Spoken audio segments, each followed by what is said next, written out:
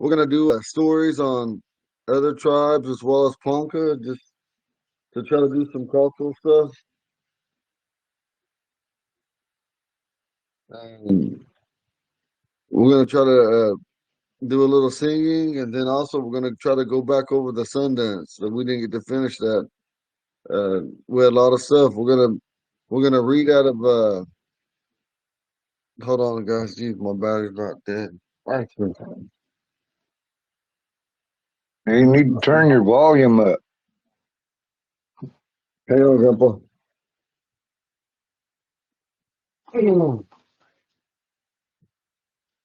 Yeah. You're just making your food just Oh, gonna make one.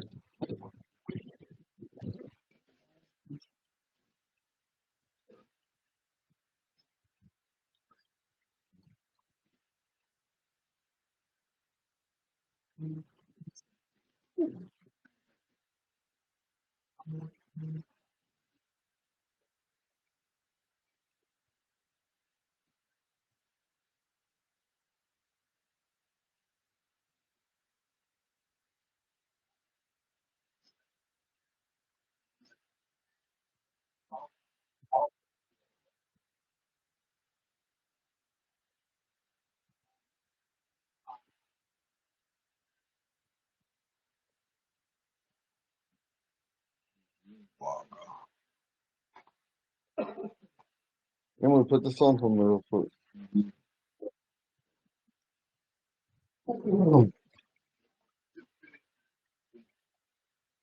Beautiful. Beautiful work. I'm having trouble hearing me.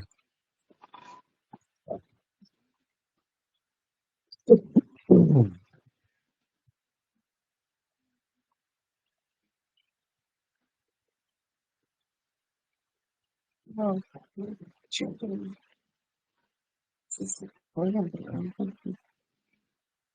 It'll work.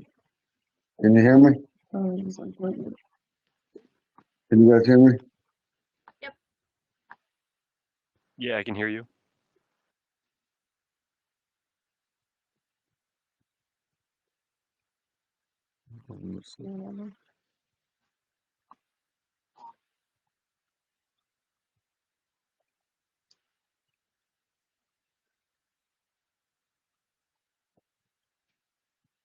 What does it say right here? Real quick. Does it show it?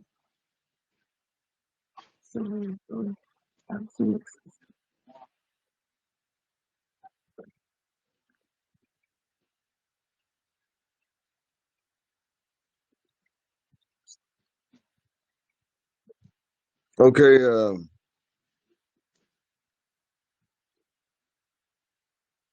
Grandpa, did you have any stories you might want to read, or even out of that book you got, that big book you got? Oh, Eagle, did we introduce everyone to Mr. Leclerc? Oh no, I'm sorry, Mr. Lodge. no, everybody, this is my grandpa, Raymond Delage.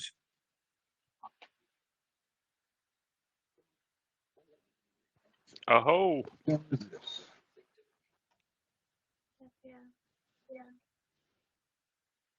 Grandpa, we're introducing you to these guys. This is Robert Reese and Diane. You met Connie yesterday.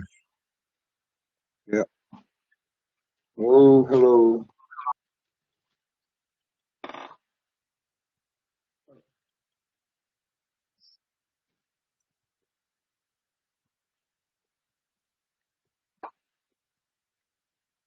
Grandpa, did you have any stories you want to tell? Or you just gonna listen?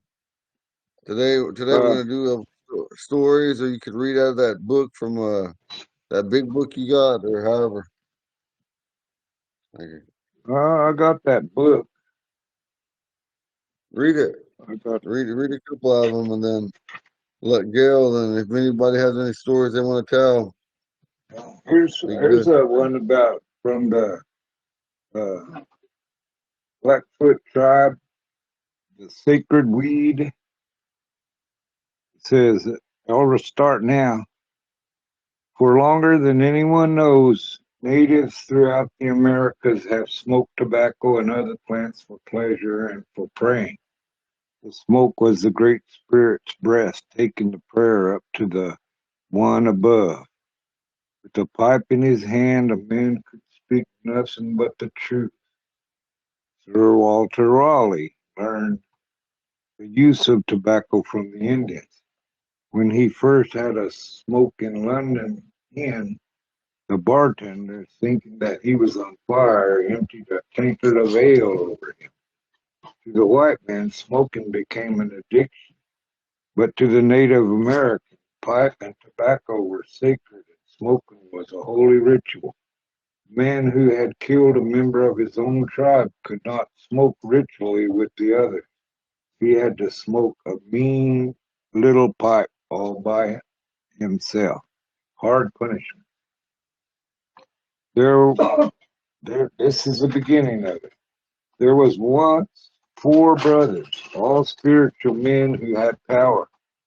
In the vision of the oldest of them heard a voice saying, "Out there is a sacred weed, pick it and burn it." Men looked around and saw a strange weed and put it in the fire. It gave off a very pleasing aroma. Then the second brother had a dream in which a voice said, "Take this herb, chop it fine, put it into a hide bag." The man did that. Did that as he was told. And the dry herb in his hide bag was wonderfully fragrant. The third brother had a vision in which he saw a man hollowing out a bone and putting the strange weed into it. A voice said, "Make 4 pipes like this." And the third brother carved 4 pipes out of an animal's leg bones. Then the youngest of the 4 brothers had a vision. A voice told him, "You 4 men, light your pipes and smoke. Inhale the smoke, exhale it, let the smoke ascend to the clouds." The voice also taught him the songs and prayers that went with the smoke. So the 4 medicine men, born of the same mother, smoked together. This was the first time that men had ever smoked, and they sang and prayed together as they did so. The brothers who called the sacred weed Nawakosi were meant to teach its use to the people, but Nawakosi made them powerful and wise and clear-minded, and they did not want to share it with the others. They planted the sacred weed in a secret place that only they knew. They guarded the songs and prayed and rituals that went with smoking. They formed a tobacco society, just the 4 of them. So there was anger, there was war, there was restlessness of spirit, there was impiety. Nawakosi was meant to calm anger, to make men worship, to make peace, to ease the mind. But without the sacred herb, unity and peace were lacking. A young man called Bull by himself said to his wife, "These 4 powerful ones have been given something good to share with the people, but they are keeping it for themselves. So things are bad. I must find a way to plant and reap the sacred weed they call Nawakosi." Bull by himself and his wife went to a sacred lake and set up their teepee close by its shore. The man left every day to hunt and look for the plant Nawakosi. The woman stayed in the lodge to quill, can, prepare food. One day while she was alone, she heard somebody singing beautifully. She searched everywhere to find the source of the music and discovered that it was coming from a beaver house close by the shore. It must be the beavers singing, she thought. Their songs are lovely. I hope they don't stop. Though her husband came home with plenty of meat, he had not found Nawakosi. The woman called his attention to the music But he said, I hear nothing. It's your imagination. No, she said, I can hear it clearly. Put your ear to the beaver house. He did, but still heard nothing. Then the wife took her knife and made a hole in the beaver lodge. Through it they could not only hear the beavers sing, but also watch them perform a strange and beautiful dance. My young brothers, the wife called to them, be of a sharing spirit. Teach me your wonderful songs and your medicine. The beavers answered, close the hole you have made, because it lets in the cold. Then we'll come out and visit you. So she sealed their wall up, and that night 4 beavers came to Bull by himself lodge. As soon as they were inside, they turned themselves into humans, 4 nice-looking young men. One asked, what have you come here for? I have come, said Bull by himself, to find the sacred weed called Nawakosi. Then this is the right place, said the man beavers. We are water people, and Nawakosi is water medicine. We will give you this sacred herb, but first you must learn the songs, the prayers, the dances, the ceremonies that go with it. There are 4 powerful men in our tribe, said Bull by himself, who have the medicine and the knowledge, but keep them from us. Ah, said the man beaver, that is wrong. This sacred weed is meant to be shared. Here's what you must do. By day, go out and get the skin of every 4-legged and 2-legged creature that lives in and around the water, except, of course, beaver.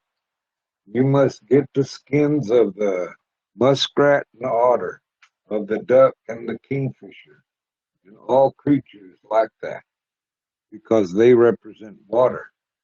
Sun and water mean life.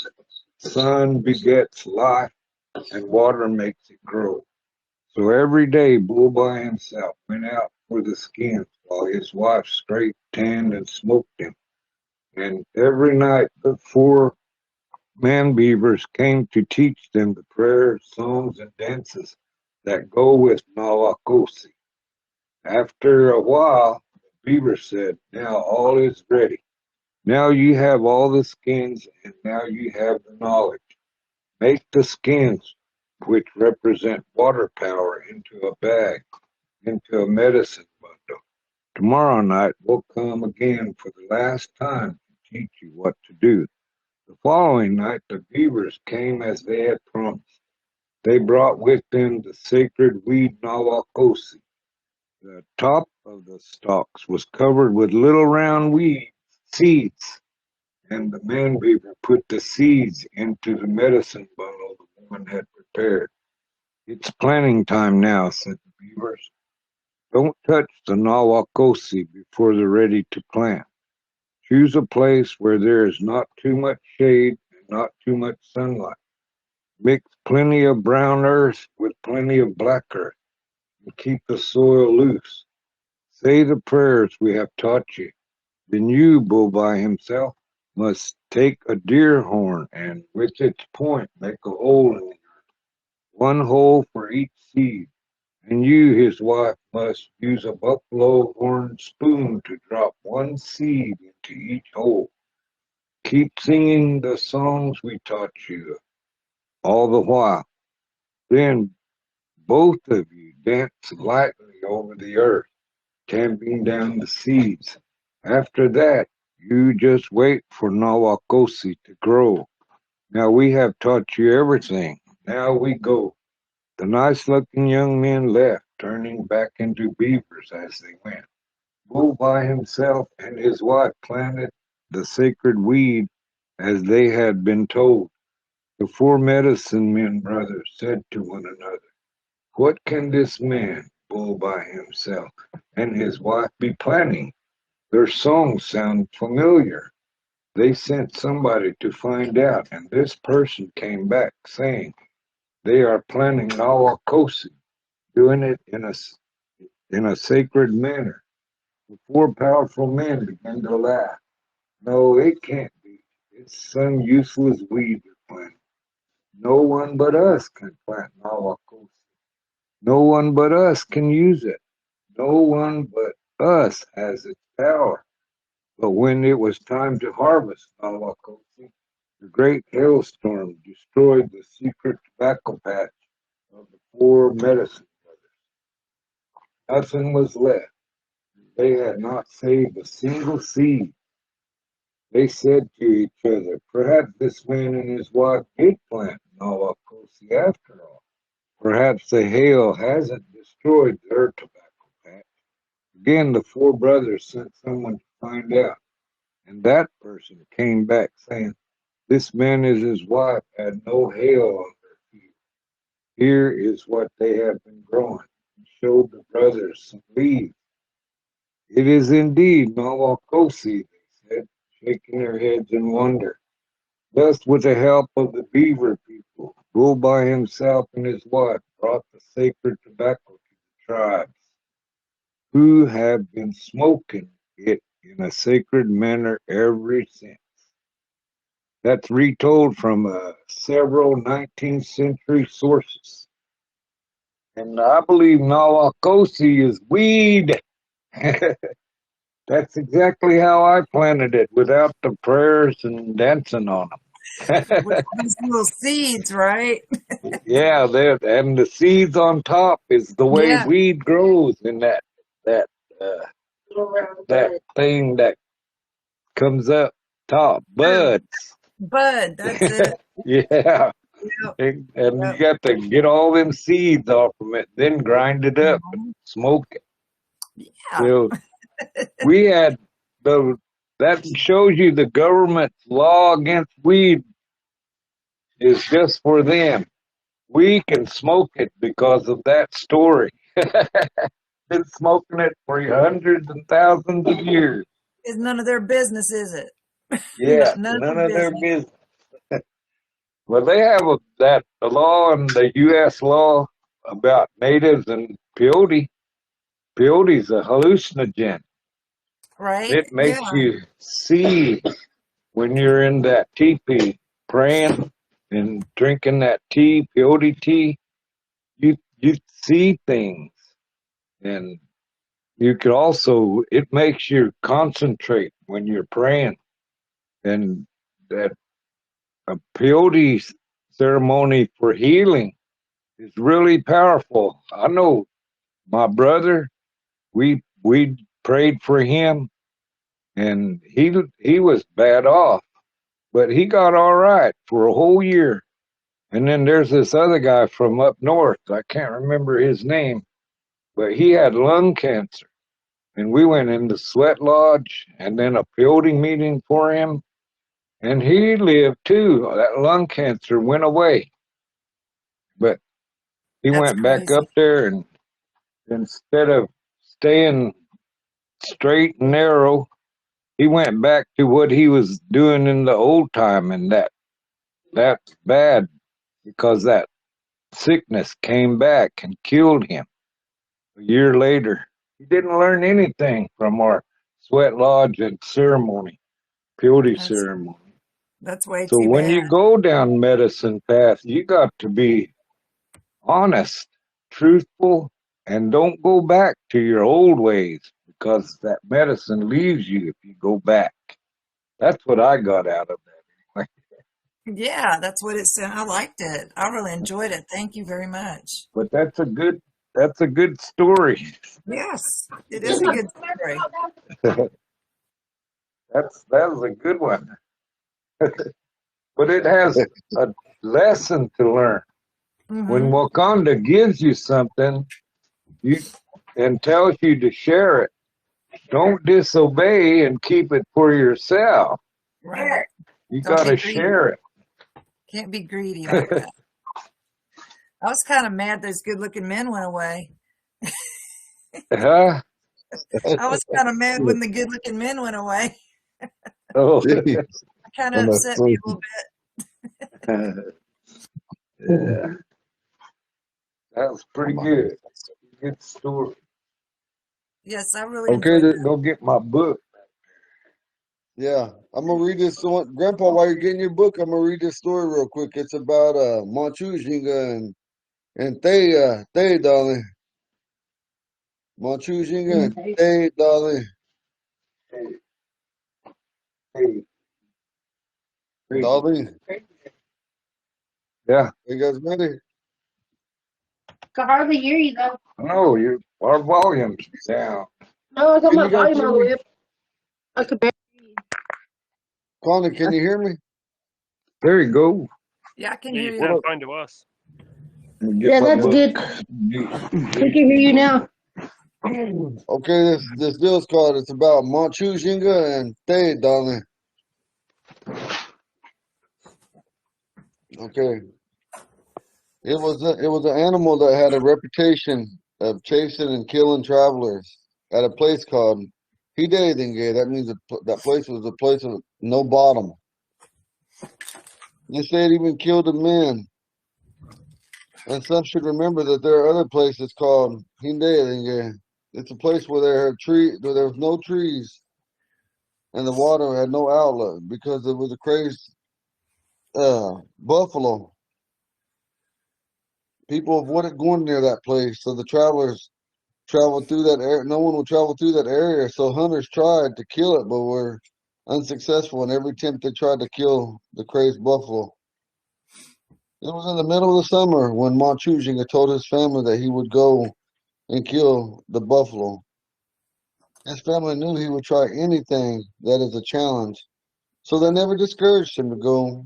As our custom is, he took with him only the things that he would need to do what he intended to do. They said he carried the bow and a quiver of arrows and a knife, but he also took soft buckskin with him. In those days, they didn't ride horses. In his journey, they would have to stop and eat his parched corn and dried meat. Sometimes he would kill some small game, and when he arrived to that place called Hindedinge, he made camp. It must have been a drought that season because the ground had great cracks and crevices in it. It was there one man escaped being gored to death by that buffalo. I was told the man lay in one of those long cracks or crevices in the ground. It was just big enough for a man. The buffalo couldn't reach him because of his head and horns were too wide and to reach into the crevice. The buffalo was determined to get the man, but he could only reach him with his tongue. They say that he began to lick his back, and with each stroke of it, the tongue, it would tear the man's skin. They say the man was a friend of Manchujinga. It was then that he decided to kill the animal. Where the trees grew up in a group and thinned out, there was a pond. There was, nay, a thigh. There was a pond, and the water was only waist deep. You could see the tracks of animals that came to drink because the muddy edge of the pond. Manchujiga took note of the surroundings. The day after he got there, he looked for the buffalo. It wasn't long before he spotted, and he watched him for 2 or 3 days to see when it came to drink. He also found out how deep the pond was. Then on the fourth day, he went out to lure the buffalo to him. This is how he got to the buffalo. He went toward the place where it had been eating from a great distance and began to wave the buckskin he brought with him. When he got its attention, it started to come in his direction. It did not charge at that time, but came to a slow canter. Look, Malchusing also moved back toward the pond and was about a quarter of a mile away. The closer he came to the pond, the faster the buffalo came to him. Now at full charge, the buffalo bull was right behind him as he reached the pond. He jumped as far as he could into the pond and the buffalo behind him. They say that the buffalo bull was very big and heavy. The pond being muddy at the water's edge, it sunk down into the deep mud and could barely move. Munchujinga got out of the pond and stood on the edge, telling it to come get him. As the buffalo moved, struggling toward the edge, Little Bear came forward and threw the buckskin over its head, hooking the skin into the buffalo's horns. It shook its head so violently, trying to free itself of the buckskin, but it couldn't. Montujing, in the meantime, got behind the buffalo and cut the tendons just above and below the hooves of the hind legs. Upon doing this, the buffalo had no power to stand and fell on its haunches. The buffalo bull couldn't move at all. He walked in front of the bull and said, I said I would kill you. Now you would die for what you have been doing. With that, he jumped on its back and reached to the lower side and plunged his knife into the animal. Little Bear's acts of bravery with his not caring about nothing attitude, being fearless, are remembered by our people to this day. In modern times, as tribal members are not knowledgeable of the many significant places where our ancestors visited and lived, we only have a story such as this one, told by the elders of the tribe that lived in the North Country in ancient times. So we got a lot of stories like this where that they talk about my grandfather Little Bear, Montujinga. Some of these stories are really horrific. Some of these stories in today's time, you That's think pretty it couldn't grody. happen, and you might not think they could happen, or you might think it's fake. But like this one, they're probably telling the truth on this one. That's pretty. That was pretty bad. I didn't see that coming. Yeah, but there's a lot of But them that they didn't put in no books or nothing about how my grandfather Montujinga, he said when people would lose their children in battle or they get kidnapped, my grandfather, he'd go and capture children and he'd give them to all the families that lost loved ones or their children either passed away or they were captured or oh, maybe some ailment caught them. But one might say he distributed them children to the family in need. And in today's that time, was that's very not sweet. acceptable. But no, it's really sweet though. I mean, to think the gesture is very sweet. You know what I mean? Yeah. Like stealing children and killing children, none of that is nice. But the gesture of him trying to give back is very, very sweet. You know, sort of a Robin Hoodie type thing story. Give from the people, take from the people that have it and give it to the people who lost it. But in this case, he's taken from people that took it and just taken what they took back, but just, in a different way. That's really freaky. But it's still very sweet. I can see that.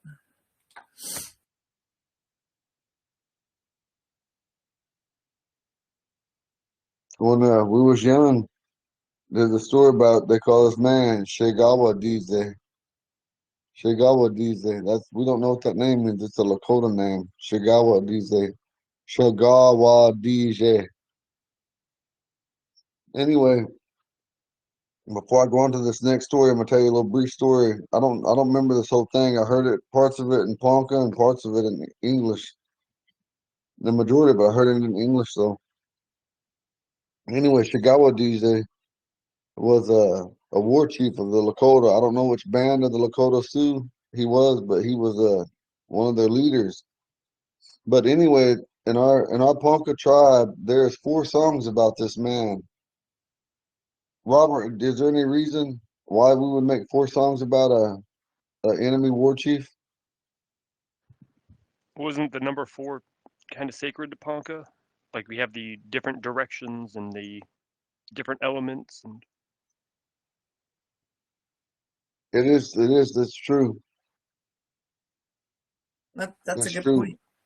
Okay, but also, why would we make a song about another man that's killed our people?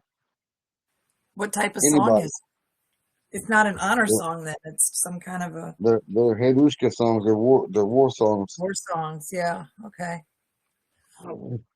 I'm in class. Talk to. Strong enemy. That's right.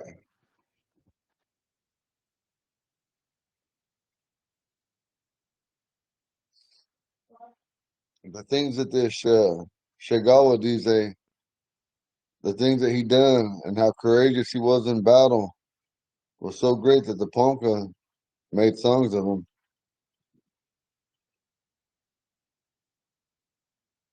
That is kind of crazy too.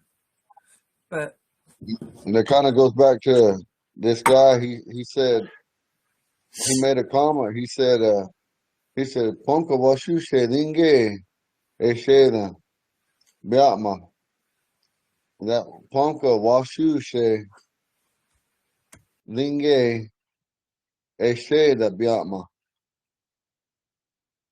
My grandfather told him when he killed him. I'm going to tell you a little bit more about this story. When my grandfather told him, he said, "You said they say that you said that there's no more brave Ponkas. That's what that means. Ponka Washusha Linge." yeah, we just talked about that yesterday, did we not? Or am I tripping? We might have Yeah, I think we did. when my grandpa talked about it yesterday, and it brought back that. But anyway, so here, can you imagine people talking about that? Ponka are known as fierce warriors, some of the best warriors, and then to hear a man say Yeah, Ponka we took Washusha them all back. Linge. Right. When you hear it, remember Robert Dine, you hear this word Ponka Washusha Linge. There are no brave Ponkas. That's hard to say. I wondered that yesterday because Well, we he were was talking. I making know we fun. were talking He about was that. making fun of us. Uh-huh. Uh-huh. So he was Yeah. making fun of us. So they say back in the Said we day, was nothing. this Sioux warrior war chief, they said he killed a lot of Ponkas. He killed a lot of Omaha, killed a lot of Cheyenne, a lot of Oto, a lot of different tribes. But he also killed a lot of Ponca men in battle. And so one time, my grandfather was fighting him. The first time my grandfather fought him, he knocked my grandfather over a cliff. He knocked Little Bear off of a cliff. Little Bear fell 15 to 20 feet. And Shigawa D's, they thought he was dead. So he left him. He could have shot him with an arrow to kill him, but he thought he was dead because of the fall. Why waste some ammunition, right? So, so, well, all he had was a bow and arrow. And so Shigawa D's, they rode off. They said that he was about 2 to 3 football fields away when my grandfather climbed back up that cliff. My grandfather threw a spear and caught him right in the head as he rode away.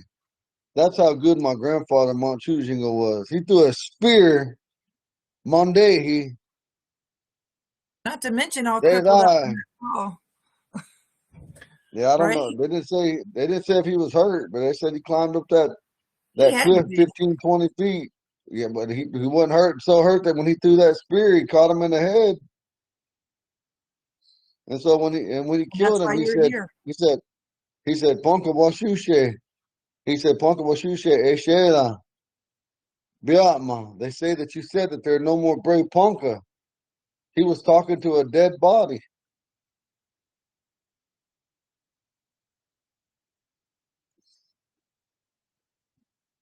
Okay, we're gonna go on to the next story. My grandpa's still looking for something. Yeah. Hey, Gail, And are so you they there? said, no, they're looking for something. Okay, so we're gonna carry on. So they say a long time ago there was a chief. He didn't have no sons, and he was the head chief. They say he only had 2 daughters, and he thought a lot of them. Really proud of them. The Ponkas loved them too, and they always had respect for the people. They helped out, did whatever they could for our people. So Sindeska, he lived like that way, in that manner. And at that time, as it happened, it was time to harvest and pick all the fresh corn. The women usually picked all the corn with the young ladies and young girls. And And one day, no one was required to gather food for the chief, so the daughters went out in the field one day to bring corn to their father. And even though they didn't come back soon, nobody thought about anything that maybe they're just visiting or helping somebody because that's how they was. And anyway, before the sun went down, someone found the chief's daughters, found both of them. Somebody had killed them and scalped them. At that time, the whole camp was sad in an uproar of crying and wailing. And so came the chief, mourned over these daughters of his. It was a great, great, horrific tragedy that everybody cried over. The family in those days used to stay in the home for 4 days. People would bring them food or whatever they needed. And so anyway, after 4 days were over, Sindeska called all the chiefs together.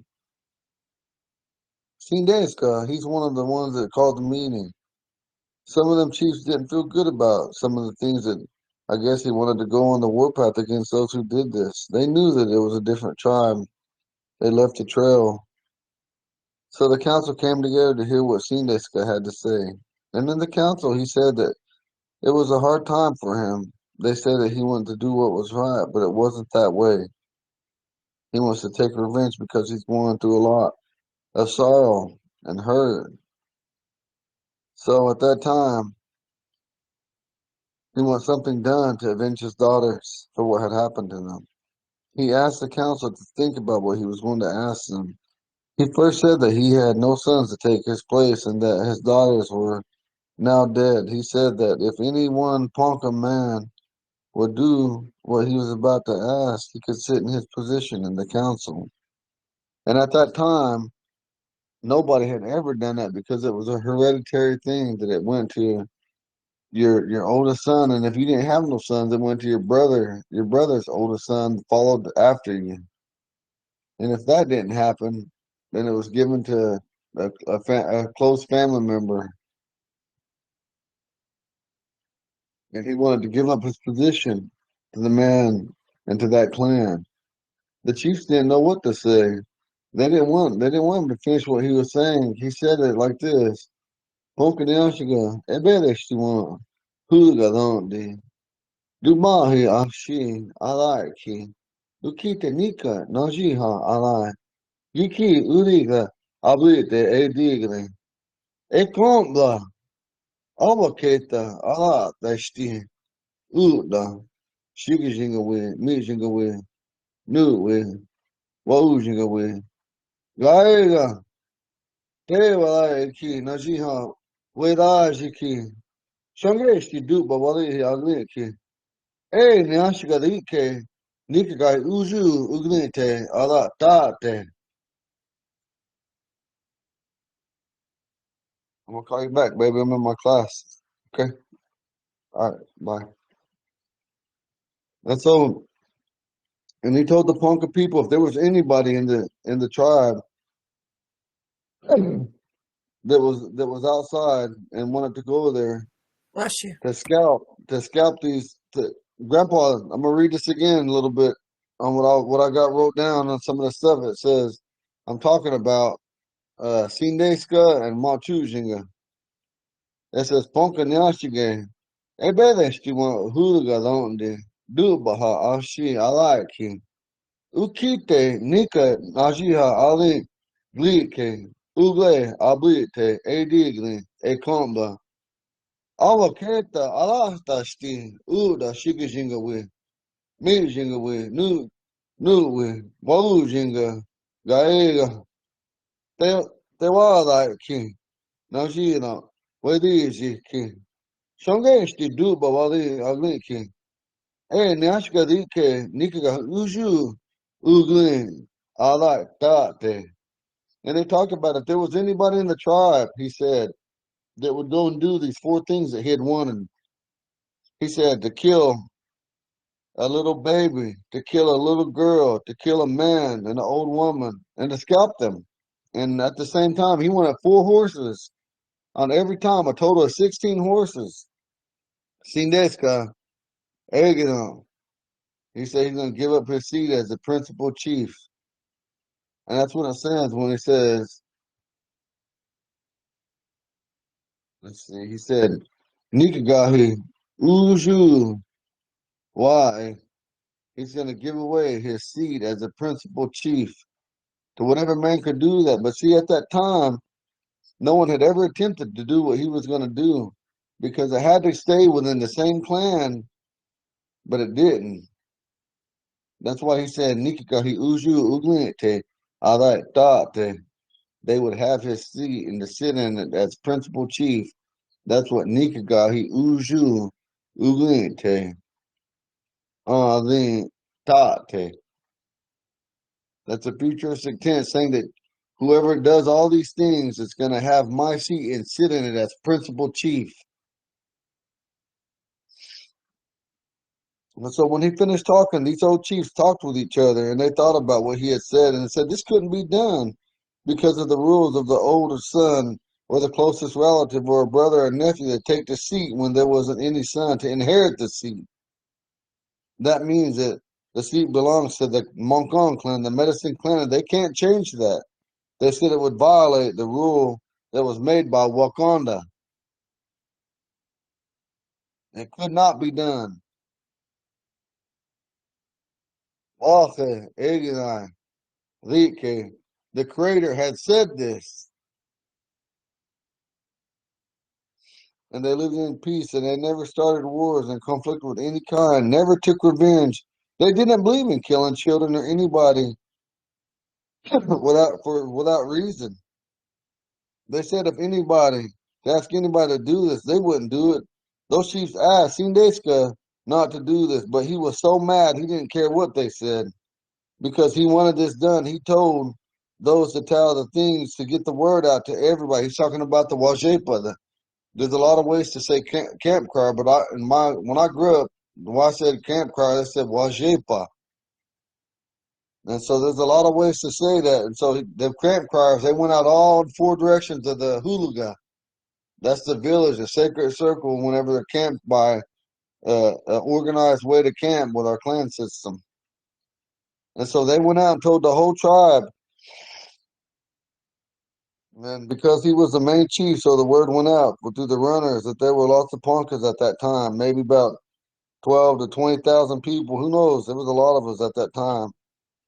And as they sent the word out, those other tribes heard about it. Some of them said that they were ready if anyone tried to come to their camp, talking about Ukitema, anybody that's not Ponca. Afterward, these people were telling the messages. They came back every day, and no one wants to do what Sindeska had asked. And then one day, somebody told them that there was a man that could do that kind of stuff. That he wore his hair. He wore a cap that was particular. That cap was made of human hair. Manchujinga used to ask people that were in mourning that when they cut their hair, he'd ask them or he'd give them something for that hair, and he made a cap out of that on top of a buffalo, and he had one horn on the right side. And when he had that cap, he had a particular, they called a skull cap. And so when they had went back, they told about Manchujinga and the kind of man he was, and he was different. He wasn't like regular people. And so when Sindeska, he told everybody, "Well, bring that man to me. We want to talk to him." And when they brought him to the council, they said, "The man standing outside, his name is Manchujinga. He comes from the blood clan. Manchujinga was known by our people as a brave man.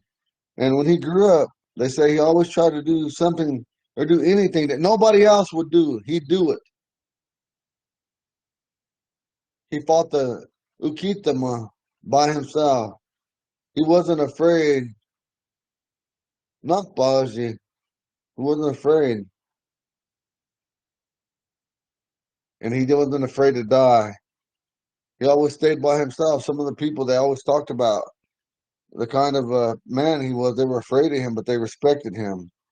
And so the tribal council said, "Bring him in." And whenever little bear Manchujinga came into the council, he kneeled down on one knee and lifted both his hands and put his palms to it. By him lifting both his hands and putting his palms to the air, that was a sign of disrespect. Because when a man or woman puts one hand up, the right hand, that's a sign of thank you or praise.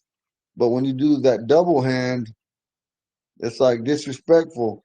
But in my mother's clan, Like this? No. No.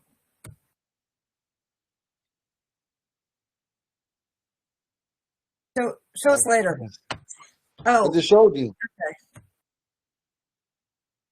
And so by them doing that way, because this is the way that you did it. This ain't no how or nothing like the storybook. Mhm. This is how Ponca would No. say thank you or say praise. Mm-hmm. And but when he did it like this way, when he knelt down, they thought Mm-hmm. that was the most disrespectful thing he could have did. My grandfather, because a lot of people said he was cocky, and that he was definitely different than anybody else. And so anyway, when they were talking about him, they told him, they told him about uh, what what Chief Whitetail had wanted, and they asked him. They asked him. They said, they asked him. They said, well, this is what he wants done, and so you come back successful on all four of these trips. They said the people were telling him, the chief, the council's chief, the other chiefs, the smaller chiefs that were in the council were telling him. They said, hey, you go on this trip, you do these deeds. This is what he's saying that he's going to do for you. He's going to give you that chieftainship. Nikagahi Uju Uglinte. Oh, but they didn't say it like that. Well, they said Nikagahi Uju Uglinte on me. Yeah, they say that when you do this, you're going to have that principal seat. You're going to sit there. When you say Uglint, that means that you're going to sit in that position. Or today, modern times, Uglint means to sit inside of something.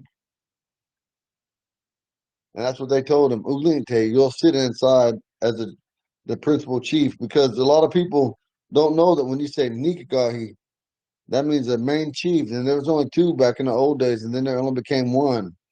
And that's what they call Nikagahi Uju. And of course, you got Gahigama, Ahige. You got many small chiefs, and that's what Gahige means. Some people say Gahige or Gahiga, and Gahi for short, but not Nikagahi, and definitely not Nikagahi Uju, Uglinte Amiho. You're gonna have that principal chief. You're gonna sit in that spot's what they said. And so anyway, Little Bear, after they seen the great disrespect that he did, they were always talking. They let him go out. He didn't even get to start that. They went out and they were talking to Sindesca, which is Whitetail, was Monkan Thamagon Ekta. He was from the medicine clan, and they told him, you want this man to go, basically, you want this man to go. Look what he just did to us. He just raised double hands at us. And you want that man to go? Clearly he can't do this because of his attitude. And Sindesca heard all the chiefs talking about him, saying what he had done. They said that how he was not afraid to die, how he was so brave in battle. They talked about he took children from other tribes to give to those Ponca people that had lost their children. That he brought sons and daughters to our people that were little bitty babies. And in today's times, I know nobody would accept that, but that's what I was telling you a little bit before I start telling you the story. And so they came back and they called him again. They had a great council meeting, what they call Nikagahi, Gahie. So they had a big council meeting. And they called him back in there, and this time he came back in and he did the same thing. He repeated what he had done the first time. He knelt down and did this to Sindeska. And Sindeska told him what he wanted done. This time he talked directly to him and he told him what he wanted done. I ain't gonna recap on what I said. And uh and so Little Bear agreed to do it. And so Little Bear, he prepared. And remember, at that time, the Ponca didn't have horses. No matter what people says, we didn't have horses at that time. This is like 1800. We didn't have no horses at that time. And so he went on foot. Oh, there were horses around him, but they said we didn't have, let me rephrase that, we weren't plentiful in horses. Because, let me break off to what I'm saying with Paul. We had two stories.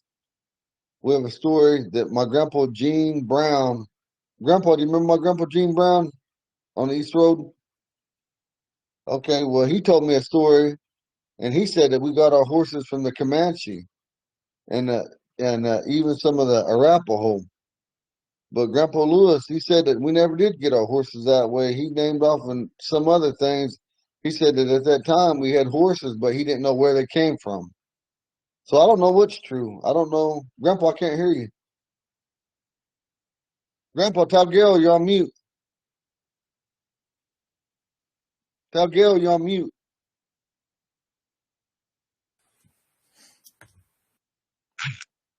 There you go. Can you hear him? Yeah, Can go you ahead, hear Grandpa. now? Yeah. Okay. Well, back when the Mormons went through, we had Welsh ponies.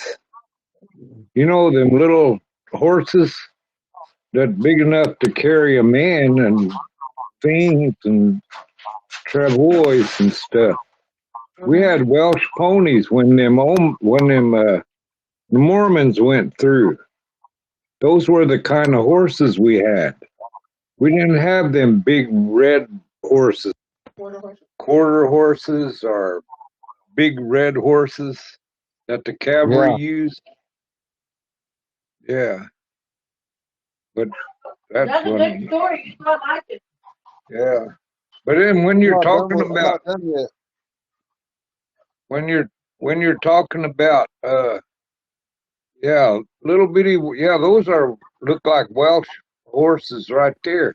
That's what they say they are. Yeah, they're really cute.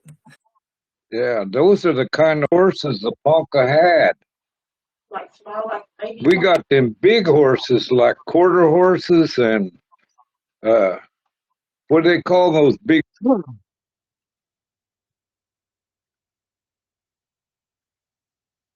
Oh, we can't hear you again.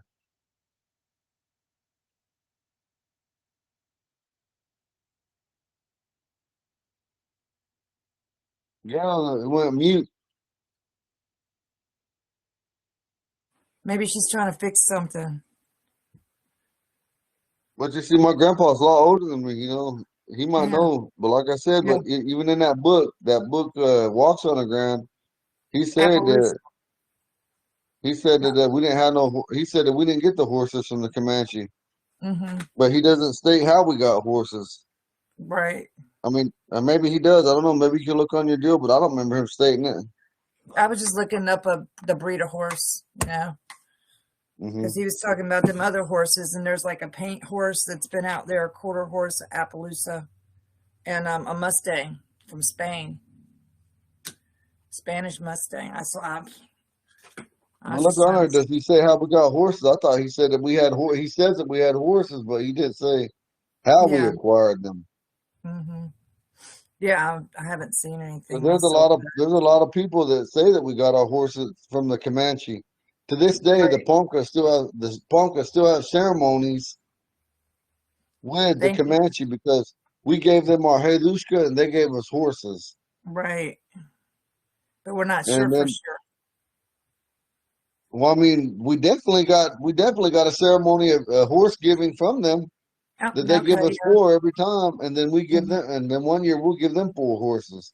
That's the Mm-hmm. modern time today, our lifetime, like right now. That makes sense. Keep And so, them but not I don't know. together. But Grandpa Lewis is almost 90 years old now. He knows a lot. Mm-hmm. But I'm just saying. But if that's not true, then why do we do that with him today? True. We lost him. That probably had to come back on.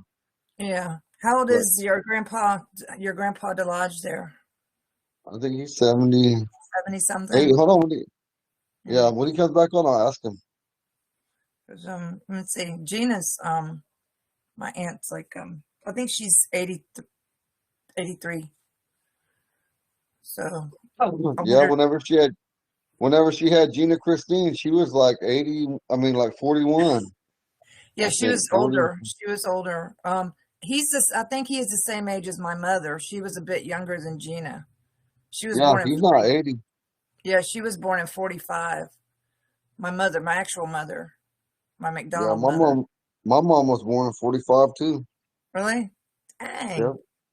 We cool. Yeah, Naomi must be about your age. She's about 7 or 8 years younger than me. My youngest sister. I'm 44. Yeah. Oh my gosh. It was I've got one older. Michelle's like a year and a half. Do you know Michelle, my other sister, Uh, Paris? no. No, she married a guy, and She lives out there in Oklahoma City anyway. She's way out there. She married some white guy. I don't know, is Jeremy or something. But he died a while back, and now she's dating again. Going a little nuts, if you ask me. But yeah, she doesn't look very much like me. She looks more like my older brother, Monty.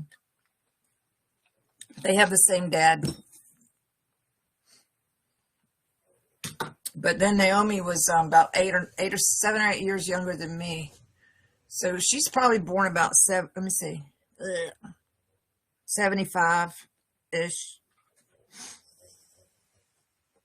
So since I'm 10 years older than you.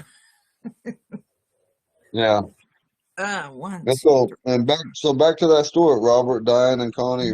Mhm. Little Bear set off on his own, and that first time, what he did, he killed that baby, and he brought back the 4 horses. We're gonna make it real brief, and then he killed that little girl, scalped her,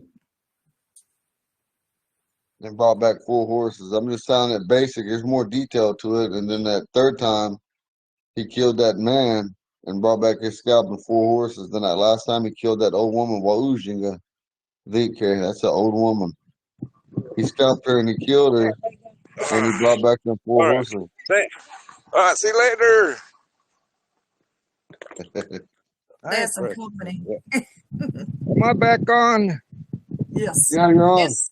You're here. Oh, yeah. Well, I was gonna say before this thing dropped me was when you're talking about Little Bear, you're talking 500-600 years ago.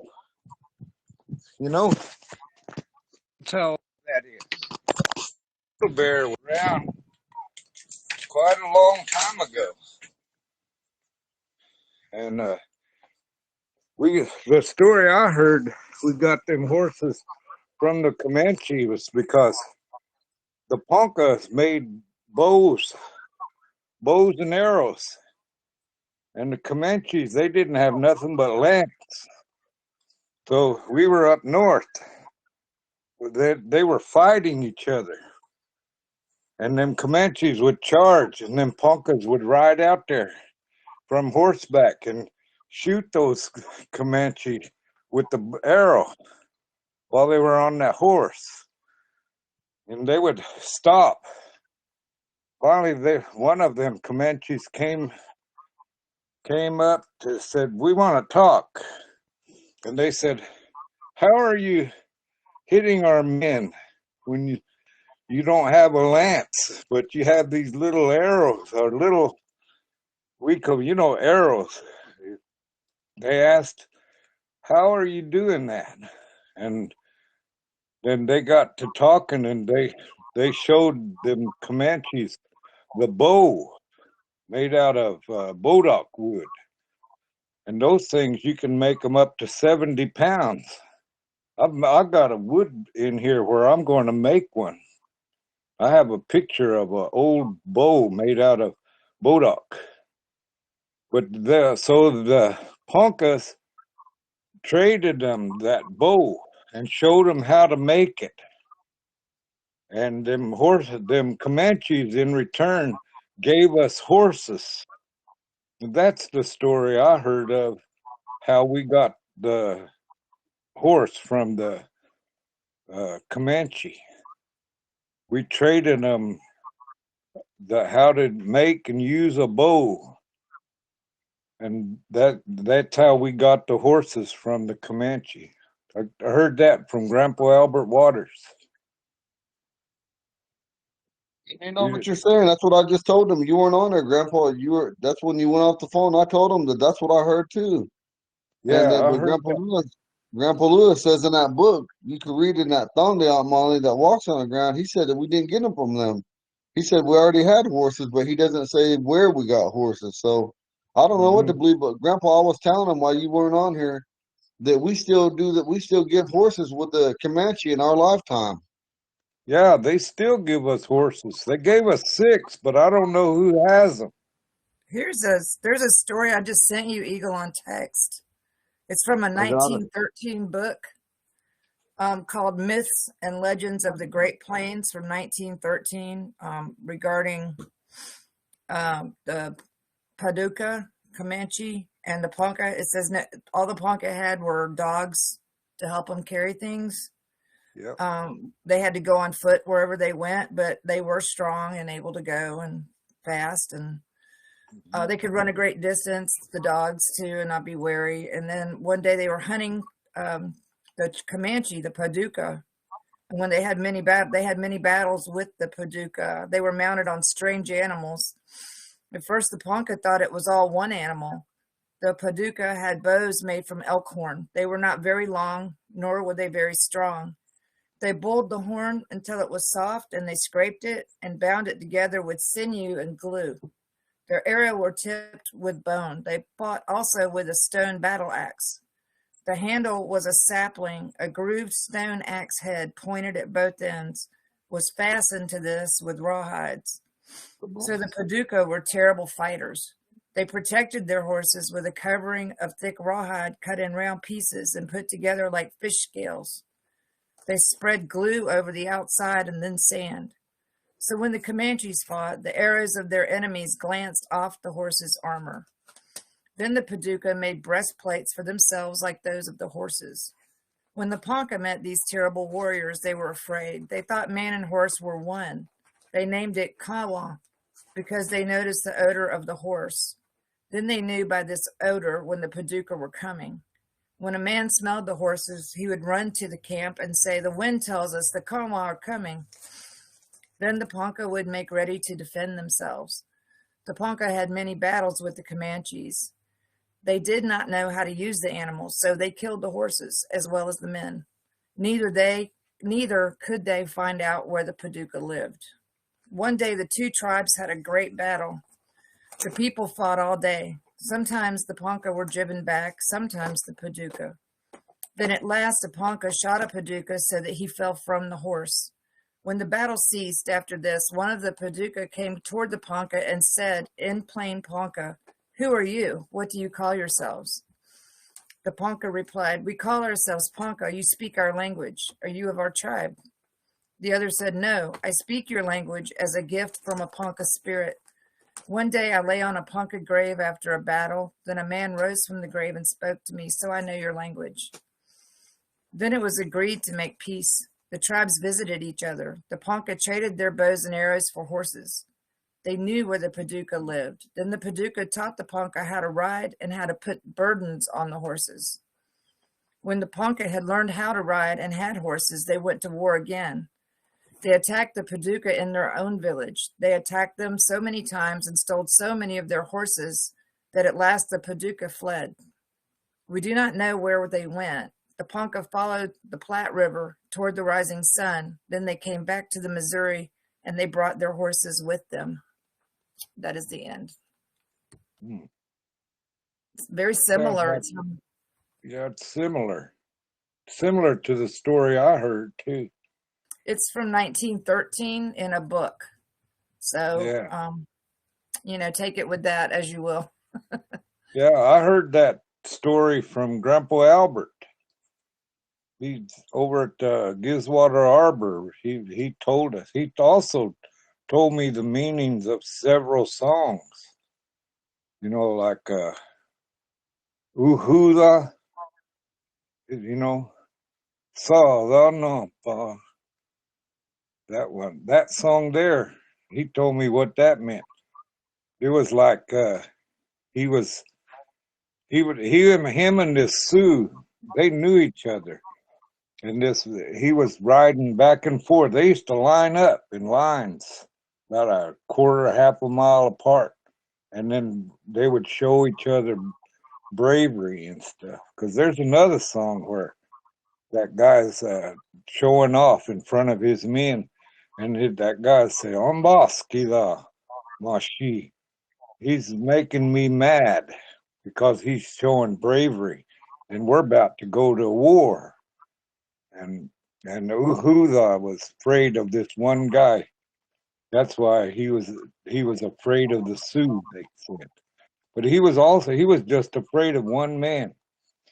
So well, then when they started to fight, him and some others held back, as a secondary charging unit, and then his brothers rode up to him and they said, "Wukuda, why are you afraid of this man?" And in that song they say they gone, and they gave him a bag. When Uhuda opened that bag, he looked in there, and that man he was looking for, that he was afraid of, with his head was in that bag. His fellow warriors got that man and cut his head off and brought it back to Uhuda. So Uhuda went and fought with them after that because he knew that one who was after him was dead. That's Uhuda's song. Uhuda song. I'm gonna write that down. I like Okay, that. Uhuda. Listen, Uhuda, that's nowhere, ain't it? Yeah, that's a Nowhere song. Old Man Nowhere song. Cause Know your song. I gotta write it down. yeah. Uhuda sa nampa nampa udade nampa udade jile they gone udade oh hey they Uhuda sa nampa udade. You hear that? Yeah. That's how that song goes. Sounded good. That sounded good. Yeah.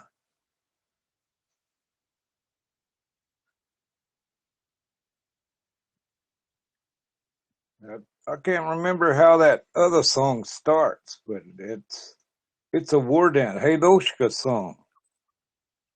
Hadoshka. When you go to a Hadoshka song dance, they'll sing that song about that. When he says Ambaskila Mushe, that one is making me mad because he's showing bravery when we're about to die. Or they are about to die, I should say. As it turned out, yeah. As it turned out, yeah.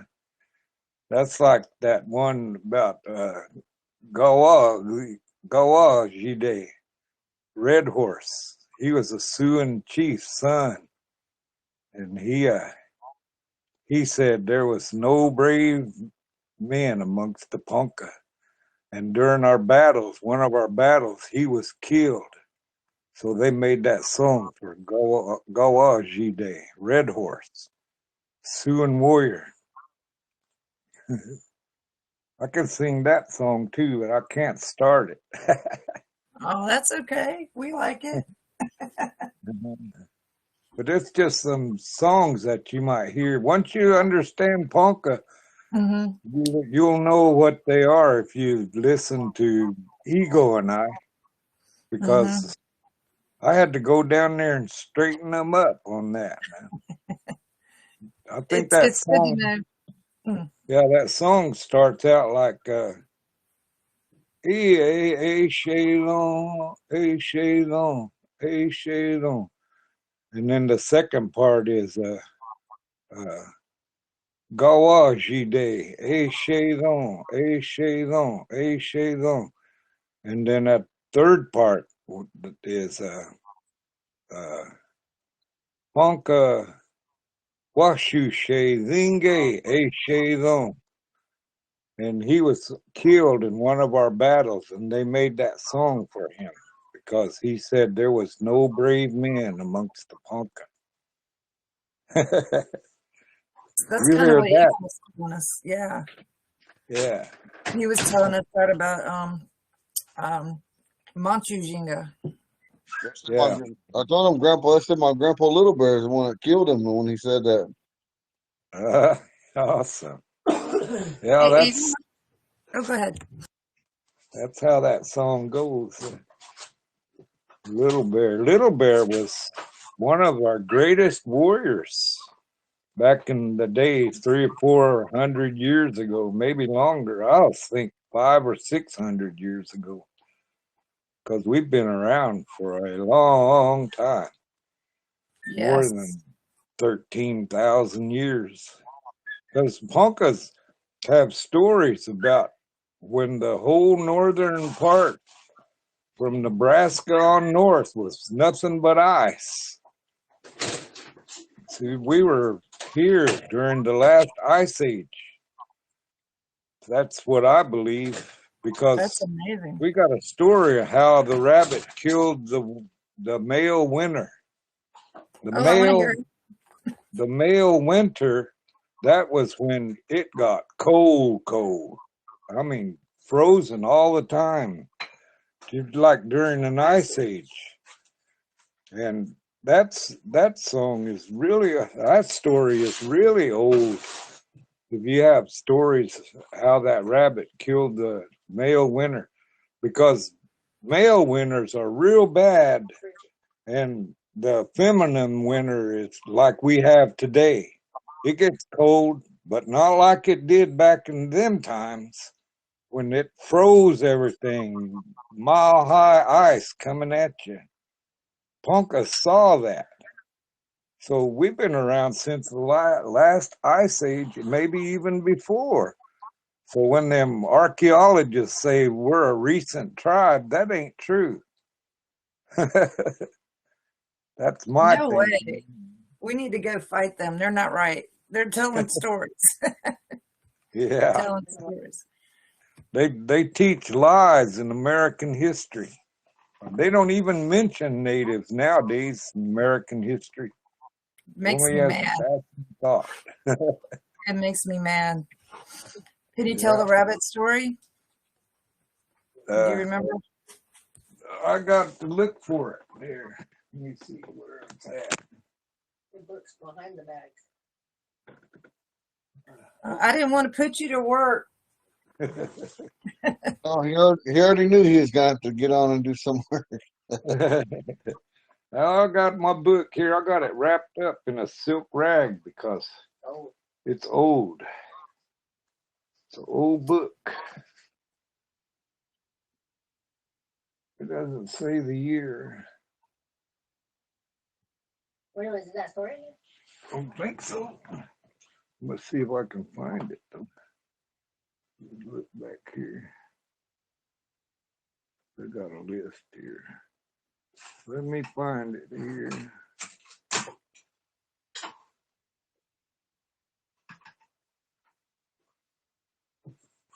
Let's see.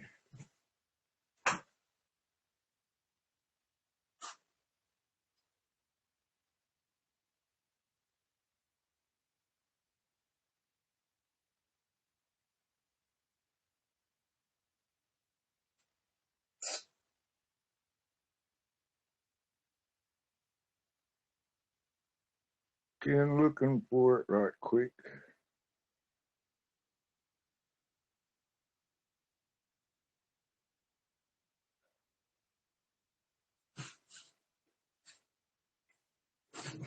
Okay, come on. Did you try any of that tea?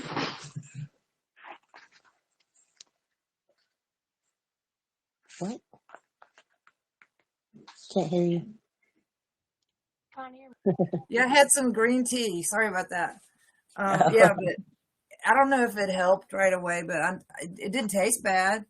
I liked it. So I didn't put a whole lot.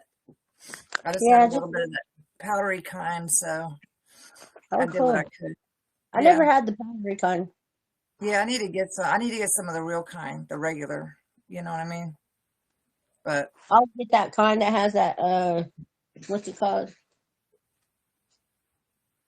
The vert. yeah, yeah, you got to take the little skin off of it and all that, the root part. No, this one is. It has a little panda bear on it. I was buying it at Walmart. Oh, yeah, it's like in a jar. Is it? No, that's No, garlic. That's no, garlic. that's it has. It's a. Hold on, I'll show you. It's a. Okay. It's maybe an Asian thing, like an Asian product. It's I just don't know. organic green tea. Uncle Lee's green tea. Oh, okay. Oh, that's different than what I have. Yeah, that looks good.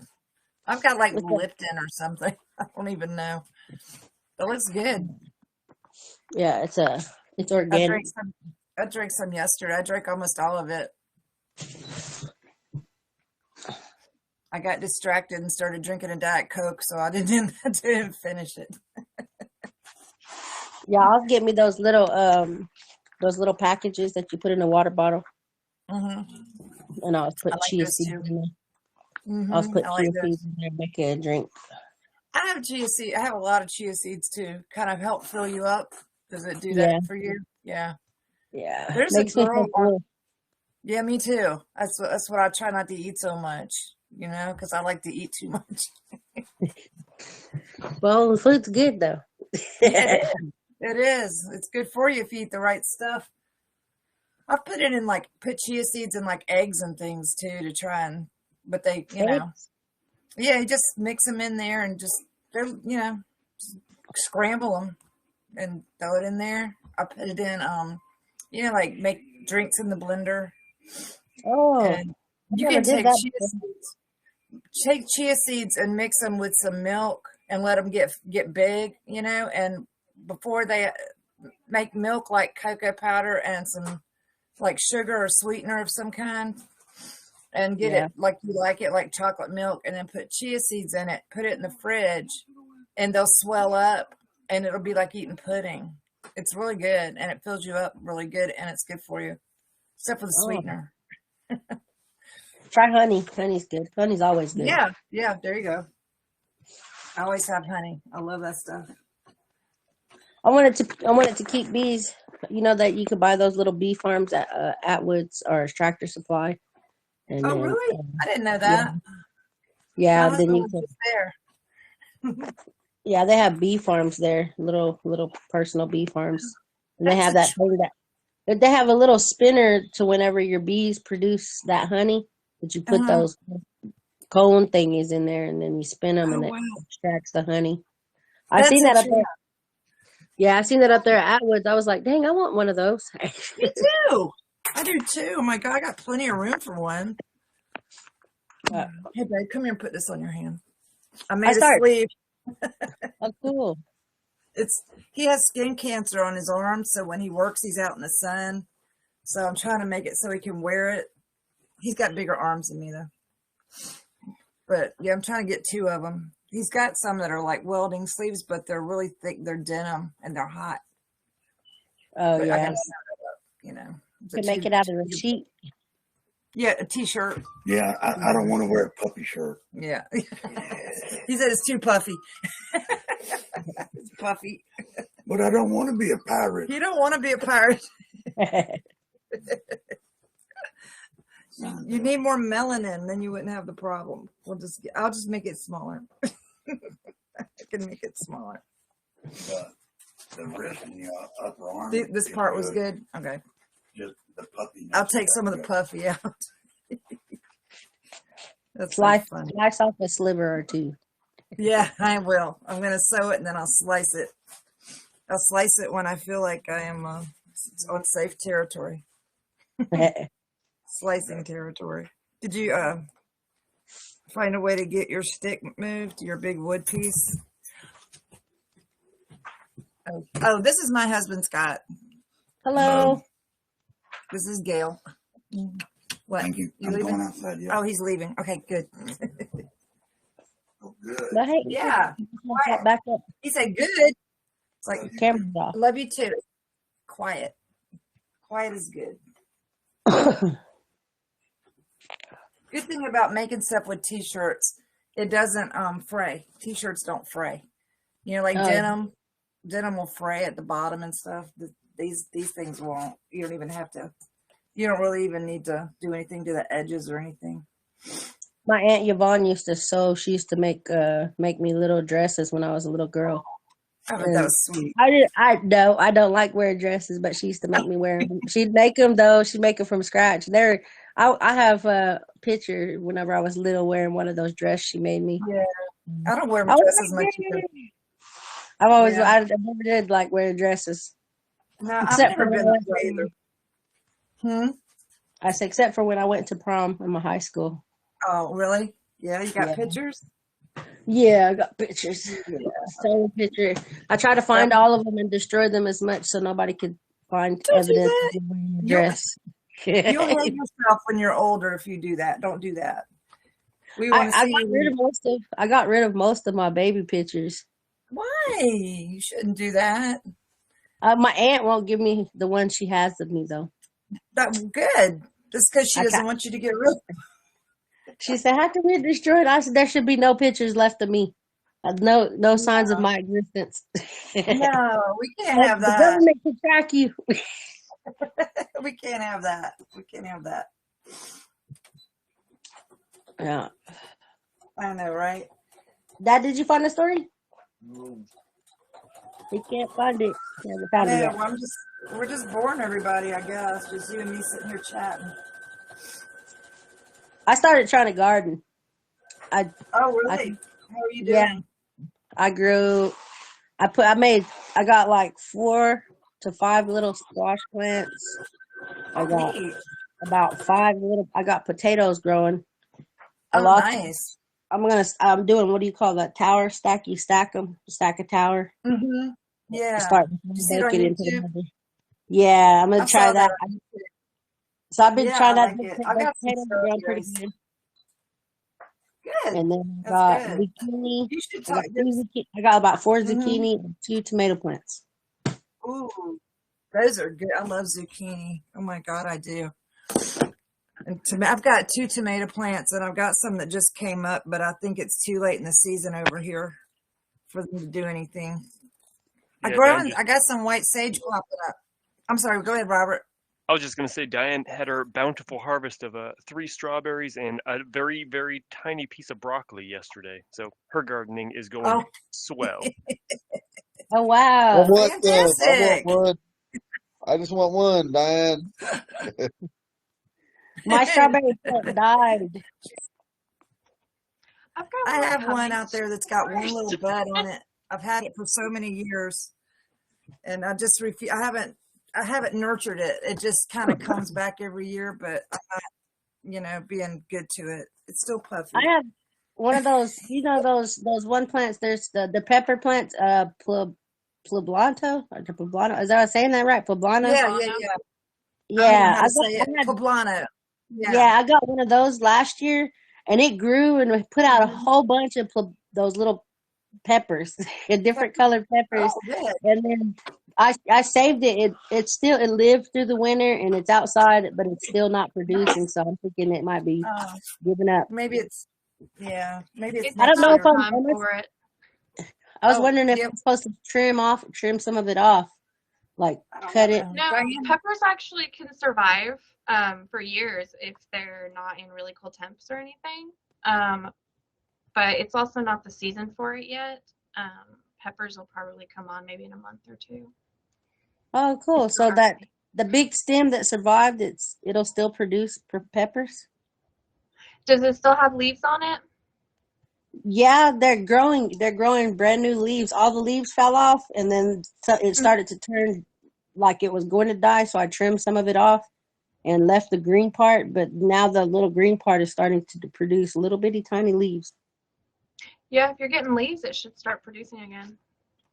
That's cool.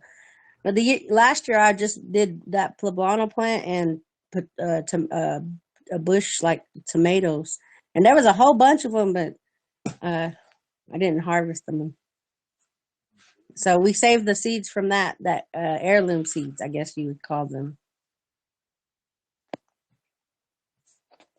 Got some white sage that I grew from seed. I can't believe they're sprouting because they're really supposed to be hard.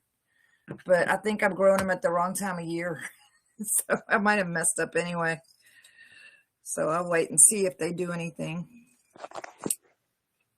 But yeah, I've got 2 tomato plants that are really doing good, but I bought them already kind of grown up.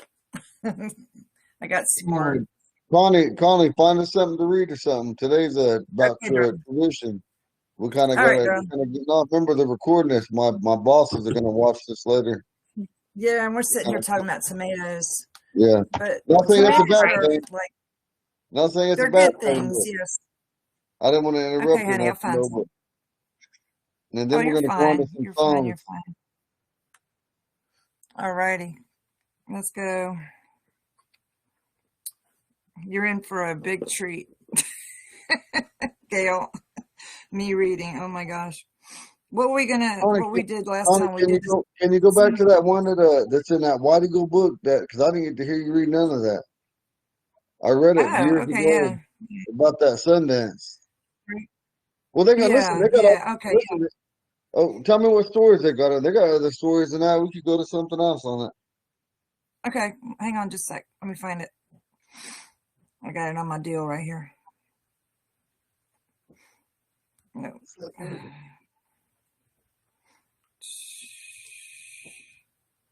It's always so hard to find stuff. Oh my gosh.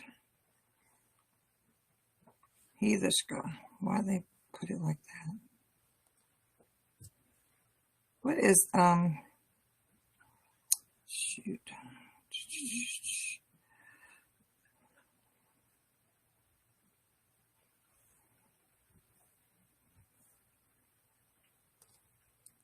Hmm.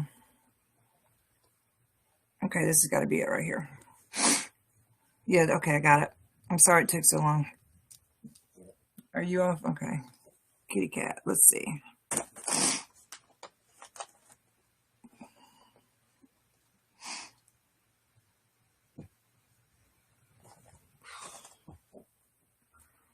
I'm almost at the table of contents. I got to do it on my phone, guys, so it's taking a second. Sorry about that. But we're almost there. It's trying to load. I have that slow internet issue. Okay, Ponca Indian Agency and School until its abandonment in 1919. So we have History of the Indian. We have, these are table of contents, so these are chapters. We have History of the Indian, the Chiefs of Many Tribes, History of the Ponca Tribe, White Eagle, the Ponca's Chief, Customs and Traditions, Games and Dances. I think we did that one, and we did the Sun Dance the last time, those two chapters. Then it goes to the Buffalo Hunt, Indian Warfare, the Medicine Man. That might be good, because we were just talking about Monka. Let's do that one since because I like that Gail, my sister Gail knows a lot about that stuff, and then Sister Diane started her Yeah. little own what do you call that? Right. Not garden or produce. She said her own. Produce. She's got her own her own produce factory. Diane, I just want one of them strawberries. What would you settle for a picture from a I don't think it'll travel well.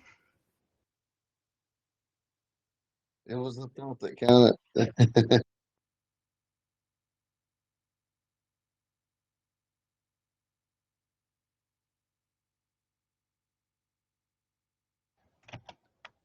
Connie, I think you're muted. Thank you, honey. Eagle, does your cover on this book look red like that? Like the one on this deal that I'm looking at online? The original book that I did had, yes, it was red. Yeah. Grandpa, Okay. Grandpa, Connie's still gonna looking read at one. what- She's gonna read one story, and then you can read one. I'll I'm trying to try. find it. Oh, yeah. Something's going crazy.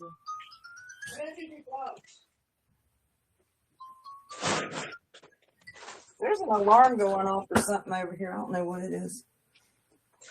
It's taking forever to load, guys. I'm sorry. I'm really trying to get it to go. It's like you can't go like take me to this page. It won't let you. Or will? Oh wait, maybe it will. Page 85.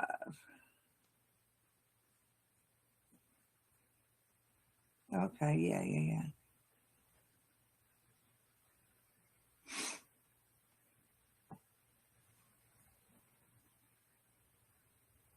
Come on. You can do it. I'm on 197. Hold on. I think it's 140. I'm on 150 something. Okay. We're going to talk about Ponca medicine, right? Yes. Okay, I'm getting there. I promise I'm trying. I swear I'm trying really hard. My internet is so crud. It'll show like the page before the one I want to see.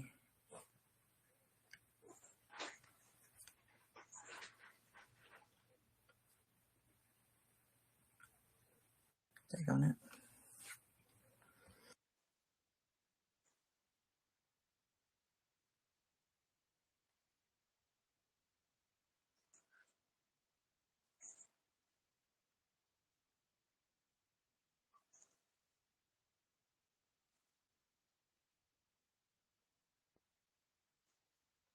Oh man, I wish I'd have thought of this sooner. I would have had it ready to go. I think I'm here. Okay, let's see, 140. Oh gosh, stop it, stop it, stop it. Stop being doofy. It's being crazy. I thought I had it, man. I would have been 100% right.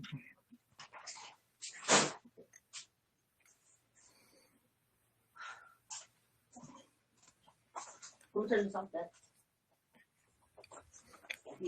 Okay, now here we go again. We're getting there. I keep saying that.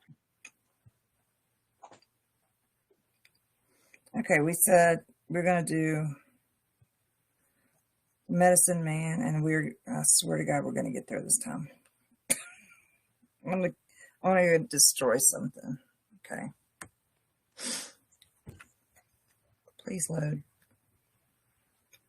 I swear it's like it loads a page before the one I want. I want page 141.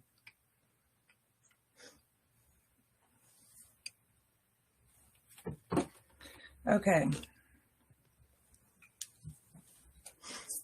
Would you please, everything loads but this page. It is crazy.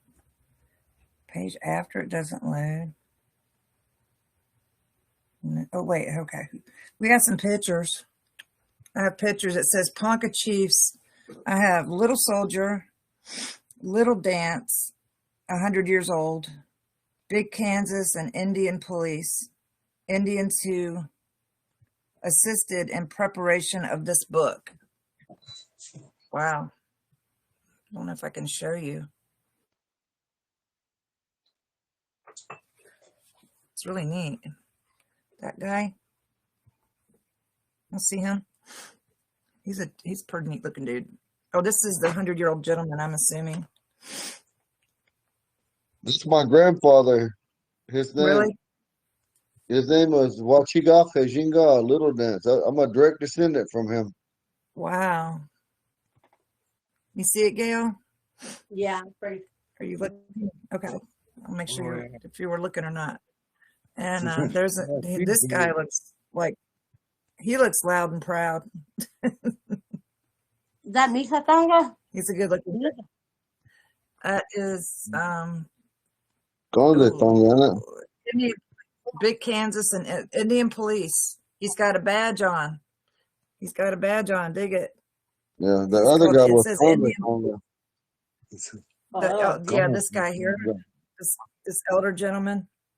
That's Wachiga Kajinga. That other one you had was Gonze Mhm, Tonga. And that then guy. that one's going on. I don't know that one. Okay, that That's guy is Chongiska. it Why says would- Little Soldier. Little Right. Dance is the 100-year-old gentleman. One is called Big Kansas.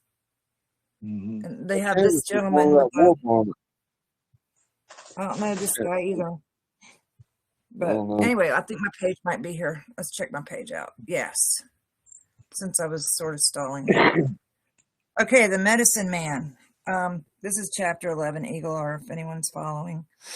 Among the Poncas, the Medicine Man was a man of supreme importance, and he held much power in the olden days. The Poncas have always been a very strong religious tendency.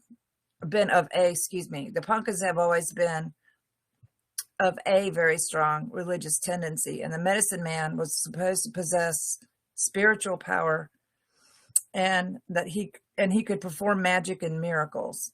He was very highly regarded by all the tribe. By some mysterious power and by his magic, it was thought that he could do supernatural things. It was believed that he was able to control certain people and animals, that if they desired, they could see the tribe through a successful hunt in payment of some worthy deed. In their charge as medicine men were placed the sick, and they treated them with herbs, magic, and vapor baths. There was a special building for the use of the medicine men called the Medicine Lodge. It was oblong in shape, situated in the center of the camp, and was composed of poles bent to form an arch with both ends forced in the ground. The roof was made of birch bark or hides.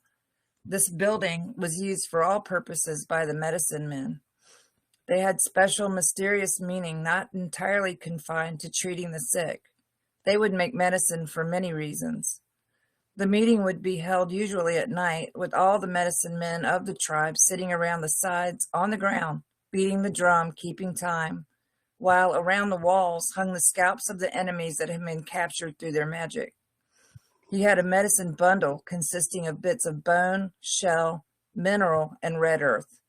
Each tribe had its medicine men, and they had much influence in tribal affairs. It was their duty, in addition to treating the sick, to conduct the dances and paint the bodies of the warriors before battle. To become a medicine man, certain rituals and qualifications were necessary, both spiritually and physically. The aspirant for candidacy, I think that word is trying to say those who aspire to be candidates. That's just, I don't know, you guys may already know it, but it seems like an old word. The aspirant for candidacy had to spend 3 days fasting and praying in the woods. When he returned, he dressed as a medicine man. He would collect all his personal belongings and distribute them to his friends, retaining only absolute necessities. From their special magical power, they were supposed to have a knowledge of things not known to the others. This was due to their supernatural learning. From burning feathers, they could foretell the future. From dreams, they had revelations. In the treatment of the sick, they used roots, herbs, barks, twigs, seeds, and flowers, and some minerals.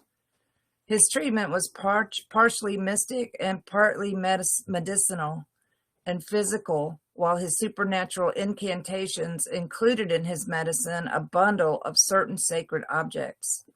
They also used a sweat or vapor bath made by dropping heated stones in water.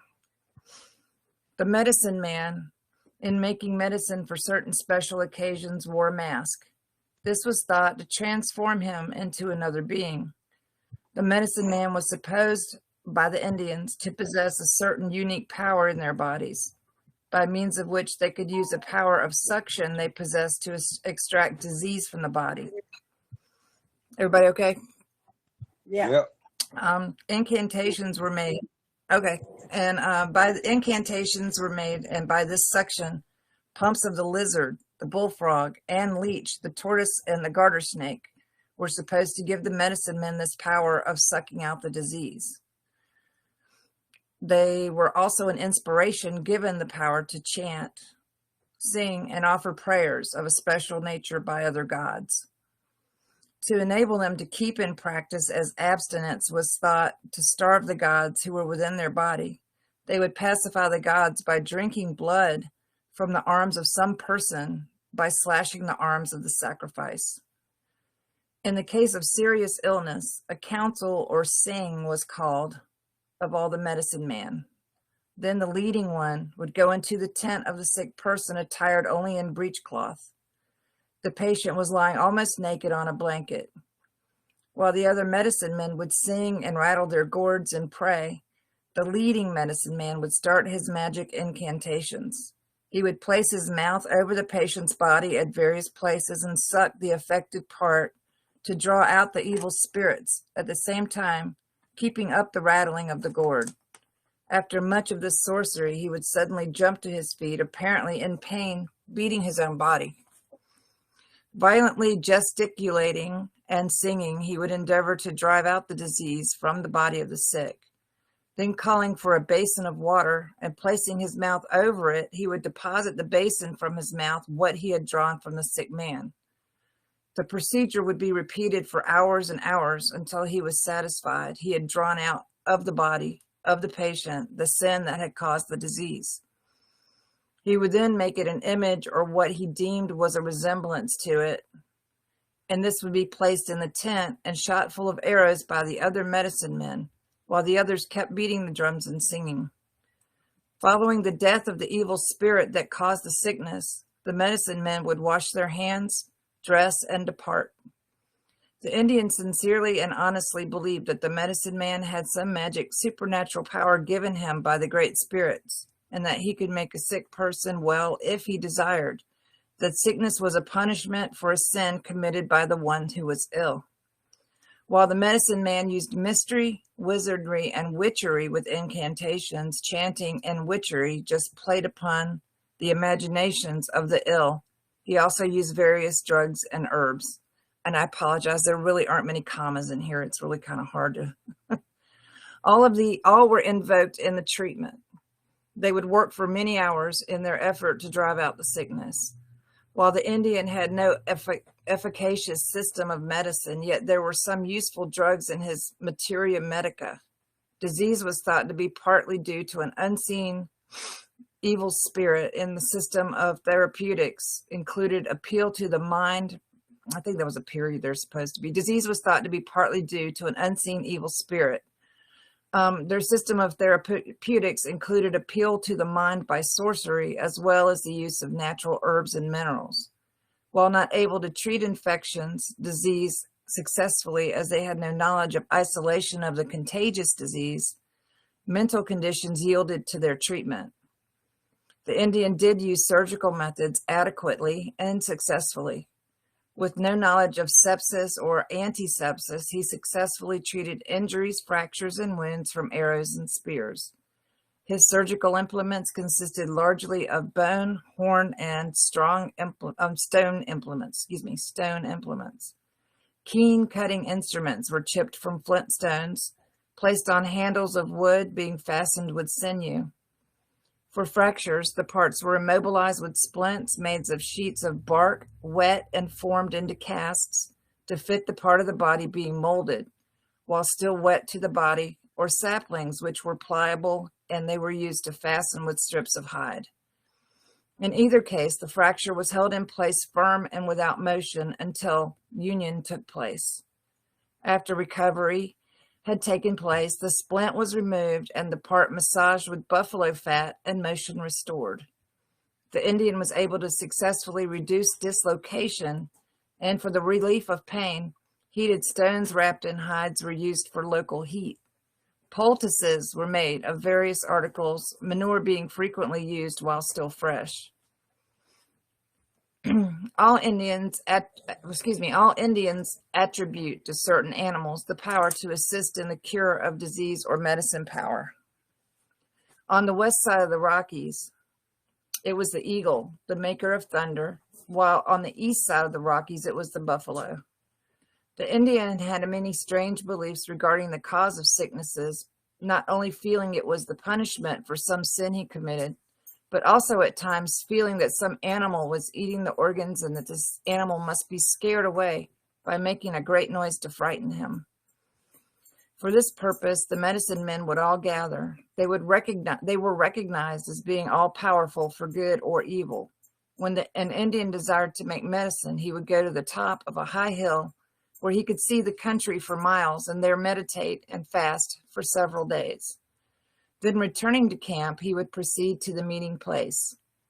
There he would bring his bag of articles he considered sacred. This included the magic bone whistle, his crown of eagle feathers, and he would proceed to order the bad spirits to leave the body of the sick person. If they refused, he would then pretend to draw sticks from the person's body, and when this failed, he would decide it was an animal that had to be scared away. They would place on a mask to frighten the animal. Occasionally, these masks had double faces, one animal and one man. Wood was used in the old days for making the mask, later clay and hide. When not in use, the medicine men kept their masks in hide bags, as they were considered very sacred and mysterious. With much noise and singing of special songs and to the beat of drums and the sound of the rattles, they would endeavor to drive out the evil spirits. The chief medicine man had a headdress of scraped buffalo horns that stood for the buffalo and the new moon. It was supposed to drive off the evil spirits. Of the omens of evil, the serpent, the bat, and the wolf were regarded as signs to be avoided. The vapor bath was much used by the Indians and frequently caused as many fatalities as it did good. Huts were made especially for these baths. The patient was wrapped in buffalo robes and placed over heated stones in a wicker basket. Water was then poured on the stones, and the patient, thus surrounded by hot steam. After the vapor bath, he was plunged in the cold water of the river and then rubbed with oil. The Indian medicine man used various herbs, roots, minerals, and feathers for drugs. Sore throat was treated by a powder made of burning feathers, and the resulting ash was blown down the throat of the patient. The root of the bodock plant, I believe you just mentioned that, the bodock plant. The root of the bodock plant was used as the root of a gourd growing along the riverbank. Sumac leaves were made into a tea, and hot sweat baths were made by placing a hide around the patient, and then steam was made by placing heated stones in the basins of water allowed to penetrate the skin. Wild teas were used to induce sweating made of hot, wild teas were made, I'm going to read this right. Wild teas were used to induce sweating, made hot and drank while in the sweat bath. While the patient is in the sweat bath, a council was held by the medicine men. The altar faced west, and the ceremony began at sunset. All prayers were addressed to the sun, who was the supreme ruler. After the singing of songs, the medicine men danced about the tent. The ceremonial campfire in the center was lighted, and the ceremonial bowl filled with sage tea passed around. The wand of eagle feathers was waved, and the rattle sounded. Then, at a signal from the chief medicine man, the wand of eagle feathers was dipped in the ashes of the fire and waved to the beat of the drum, and the ashes blown in the direction of the smoke hole in the teepee, while the sick man and those present all are dusted with the ashes and anointed with sacred water on the breast and head. To have a heavy smoke and plenty of ashes, it was necessary to keep the fire burning briskly, as the ashes were used in the purification. This purification and vapor bath was extensively used by all medicine men in preparing for any physical or spiritual crisis, as well as in sickness. There was no fee charged for their services by the medicine men, but gifts were accepted. Anything of a supernatural nature was considered the province of the medicine men in addition to treating the sick. The usefulness of the medicine men depended largely upon personal magnetism, faith of the patient, and the ability of the medicine man, and psychotherapy and the power of suggestion. In addition to their treatment of the sick, the medicine men were considered rainmakers. There's another picture here. Oh, just a second. I'm sorry. I apologize. Just one moment. Okay. Attention. Press any key or hold for an important message. With all the sample results meeting safe drinking water standards, the boil water advisory may be rescinded and the... Okay. I have a well water, so I don't care. But here's another great picture. See if you guys can see it. That's a pretty cool picture. This is it says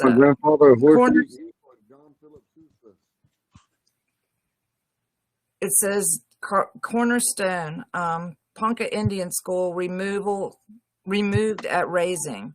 Its horse chief and Ed Smith was Superintendent Snyder. Can you see that, Mr. DeLodge? I don't know if he was looking. I think he was looking at it. Oh, now I'm looking. That's Ed Smith. I thought you were trying to see it. Ed Smith, I come from Horse Chief Eagle. I can make out some That's a cornerstone of the school. Yeah, It's I wonder, superintendent. I believe it's on the Is right. that the tribal fairs, Grandpa? That's what the tribal fairs was at school. okay. That's why they call the bottom the cafeteria, because that's where all the kids ate at. They said it was south of the agency. The whole thing was an entire school that they took over in 1951. I don't know. Okay, Well, this we're is gonna like when they took it down, I guess. going on over here. That's pretty cool. Yeah, see it. Hey, yeah. You want me to send y'all a copy, Gail? I can send it over to y'all on the messenger, and y'all can see it later. Yeah, if I can Yeah, check You it out. want? we can look at it. Okay, Please and thank I'll just send it to that group. It's got writing on it too. Oh, wow. Let's see. Oh, there's a map too. It says route followed by Ponca's on forced journey to a new home. You're not going to be able to see anything, but it's a pretty cool map. Oh, yeah. I'll send it to you guys too, so you can see it closer. We I'll can just see put it. it on the Ponca group, Diane. Yeah, Okay. put it on that Ponca Yeah. deal. And there's Yeah, another. Yeah, there's another part of it. I got a copy of it. Okay. The next chapter is religion. So, I'm sorry. Did you want to say something, Gail? I apologize. Oh no, I was just She was listening. agreeing with me.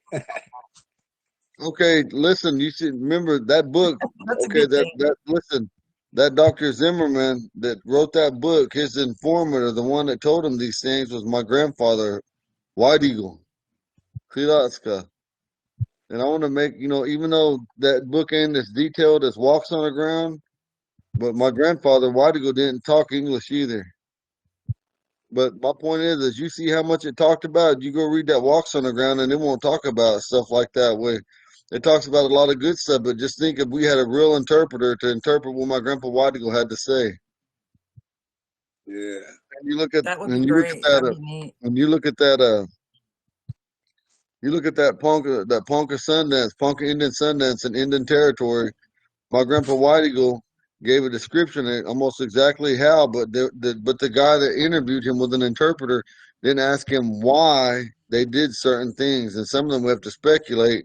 Like we don't know why our Sundances when they're painting it. Why do they paint it that way? Why did each Sundance chief or Sundance priest, one might say, how come each one of them didn't describe or tell why their vision told them why they used that particular way to make like white dots or make them white or put a yellow on them or put a lightning on them? All these different things. Why didn't they tell or explain that? Because they didn't know what to ask. Grandpa, Well, did you have a story you want to read or say something? yeah, I found the story. But, that Good. them white dots represent hail on those Sundancers, and that yellow was for water. Water, same thing I said. Yeah, water. Yellow Did is I like hear somebody Huh? had a dream and the hail came to them in yeah a in their dream? The dots of hail. yeah the what do you call it Izae, when they had that vision quest. That's Izae. They would put those on their bodies and they'd also paint them on their teepees. What their dream was about. That's where That's those crazy. I know that from somewhere. how they paint their bodies. They paint that, but them white I dots, know that from somewhere, but I don't know where. well, they represent hail. That's cool. Mm-hmm. It's just white and yellow. That was all there was. Depend. Most of the pictures I have is that they have just that white dots for hail and that yellow. Uh-huh. And For rain. sometimes Okay. Thank you. they paint themselves black too. That's why you get names like Stan's black, Stan's yellow. They're putting that paint on before they go to a war or something because during their Eli, that's what they dreamed of.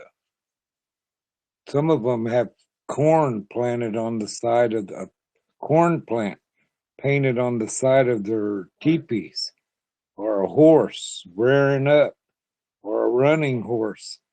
Those are all their dreams that they had when they went Eli. There you go.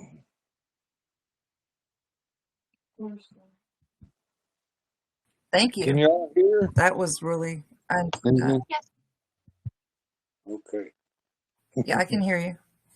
I don't know about Yeah. anyone else, but I'm We good. That heard was him. good. Thank you very much. All right, Grandpa, read I if got you're 2 ready. more pictures. Okay. I hope you guys can hear me. What up? Should I read this? I'll read this in English first to give you an idea of what it's about. Yeah, just leave it there. Oh, read it in Ponca. Should I read it in Ponca? Yeah. Well, I mean, I'll try. So I'm gonna put this back over here because this is better over here, Right. and they can see you. There you go. This is this is how they wrote it. Frank LaFlesh. So we got to be careful because he's Omaha and Ponca. It sounds good to me. All right, let me see here. It's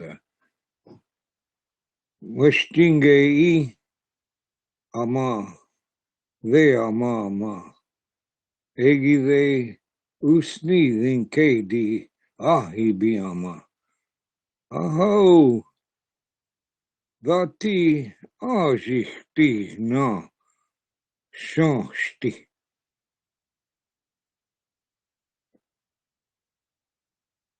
shegedi glinga enachti mazin Zavi sea abiama usniaka aha negiha witimi megan wikan aka achti achri ti i egan wajinste piashiheha hega glinha biama wastinge inhaka uan sirava glin biama skan aji stewan glin baji biama mastinge inhaka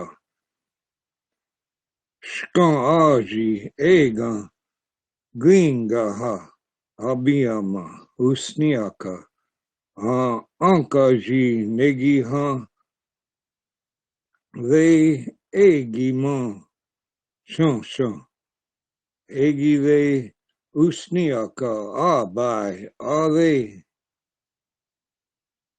ila biama negiha shuble tamike abiama mastinge inaka tena late teha abiama usniaka ankajiha negi achton ate tadon shon shuble tamike ha hitake eganga ha abiama usniaka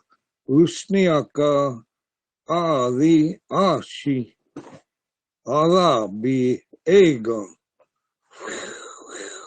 abiama ki iga shude kaha biama usni hegashiyama ki ala biama ki jugle ala biama mastinge inaka wasisige biama Itali ahakti sti monge ave no biama. Khavashti agli no biama. Usni si nonge sti. Uli don no biama. Niashiga zin wasisige. Turning the page. Iha ha. Elega biama. Usniaka. Egile tohti win. Vi. Vihi biama. Uho. Negi ha. Tohti win. Shuhi ha. Kidaga ha. Abiama. Mustinge ama. Hankaji ha. Ega. Uona maji ha. Abiama. Usniaka. Ganki. Indadon. Une. Ete don. Evegan. Biama. Mustinge ama. Egile. Niashinga. Duba. Wega biama. Mustinge ama. Uho. Negiha. Niashinga. Duba. Shuhi ha. Egon no. Uane ha. Abiama. Usniaka. Gon te wala biama. Niashinga.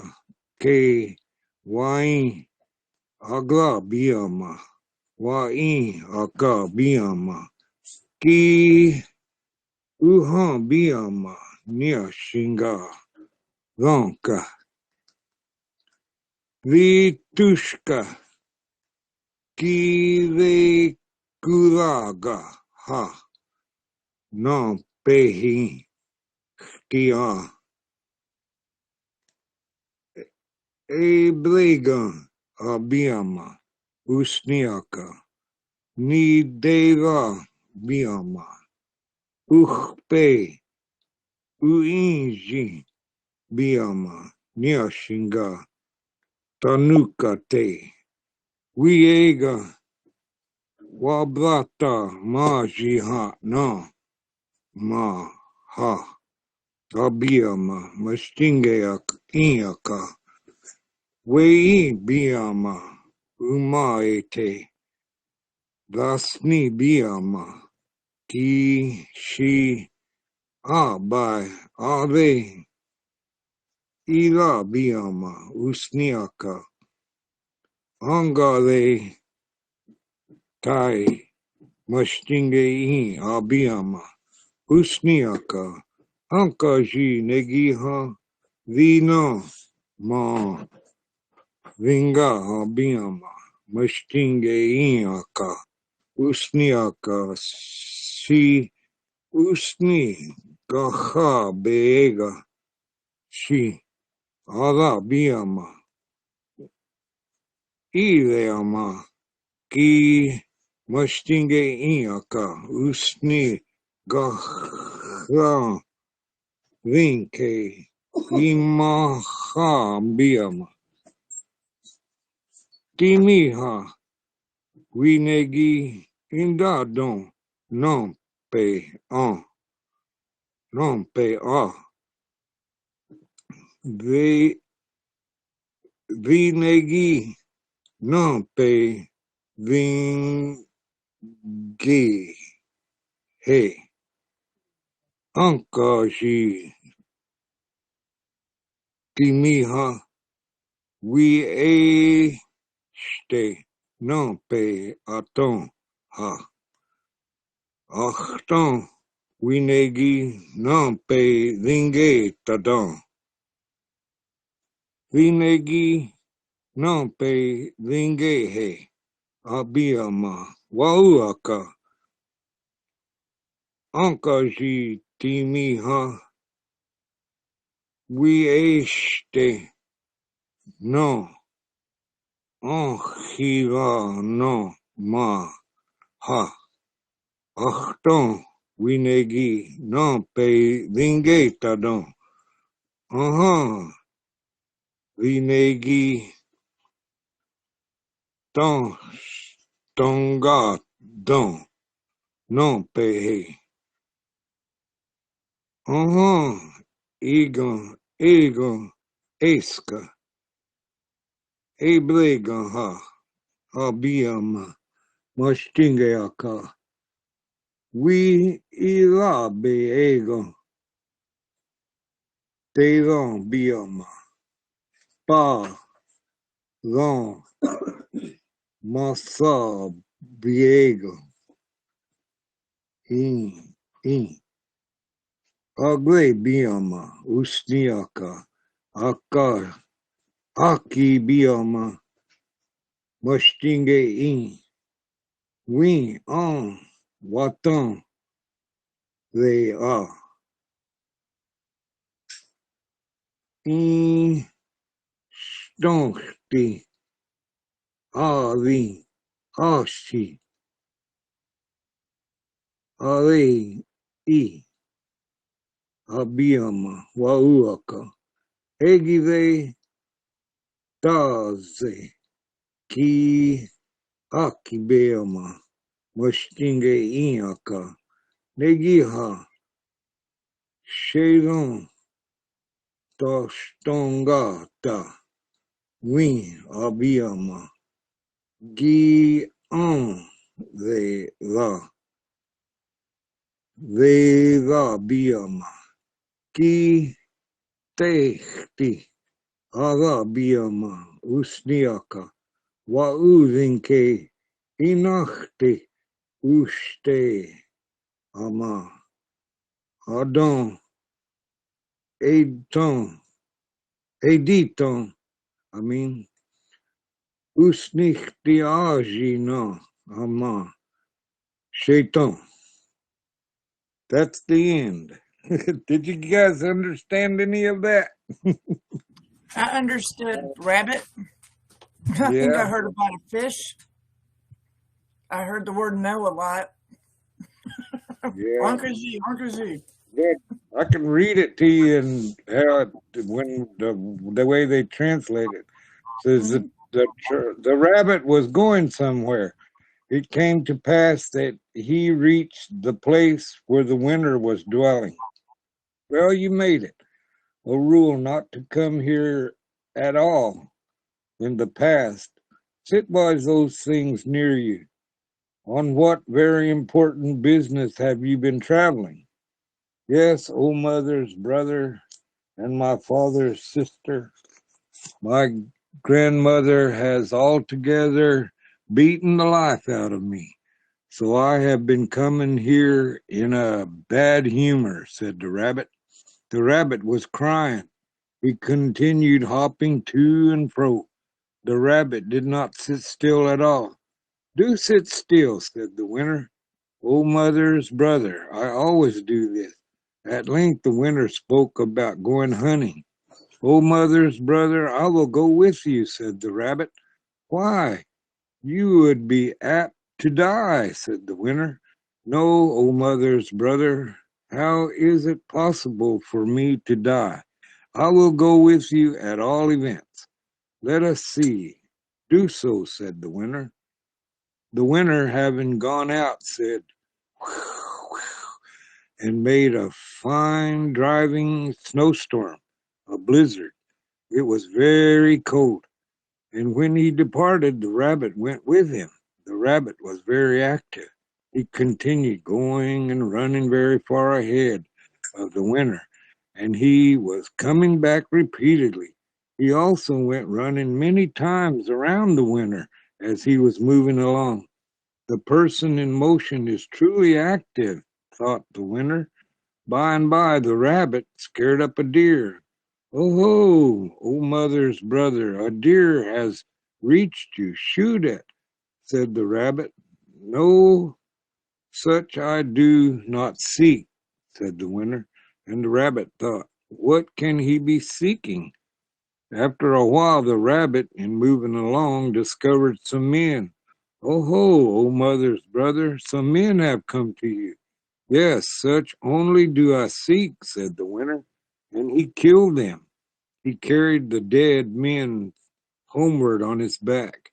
When he reached home with them on his back, he boiled the men. Hurry for your nephew. I think that he is very hungry, said the winner to his wife.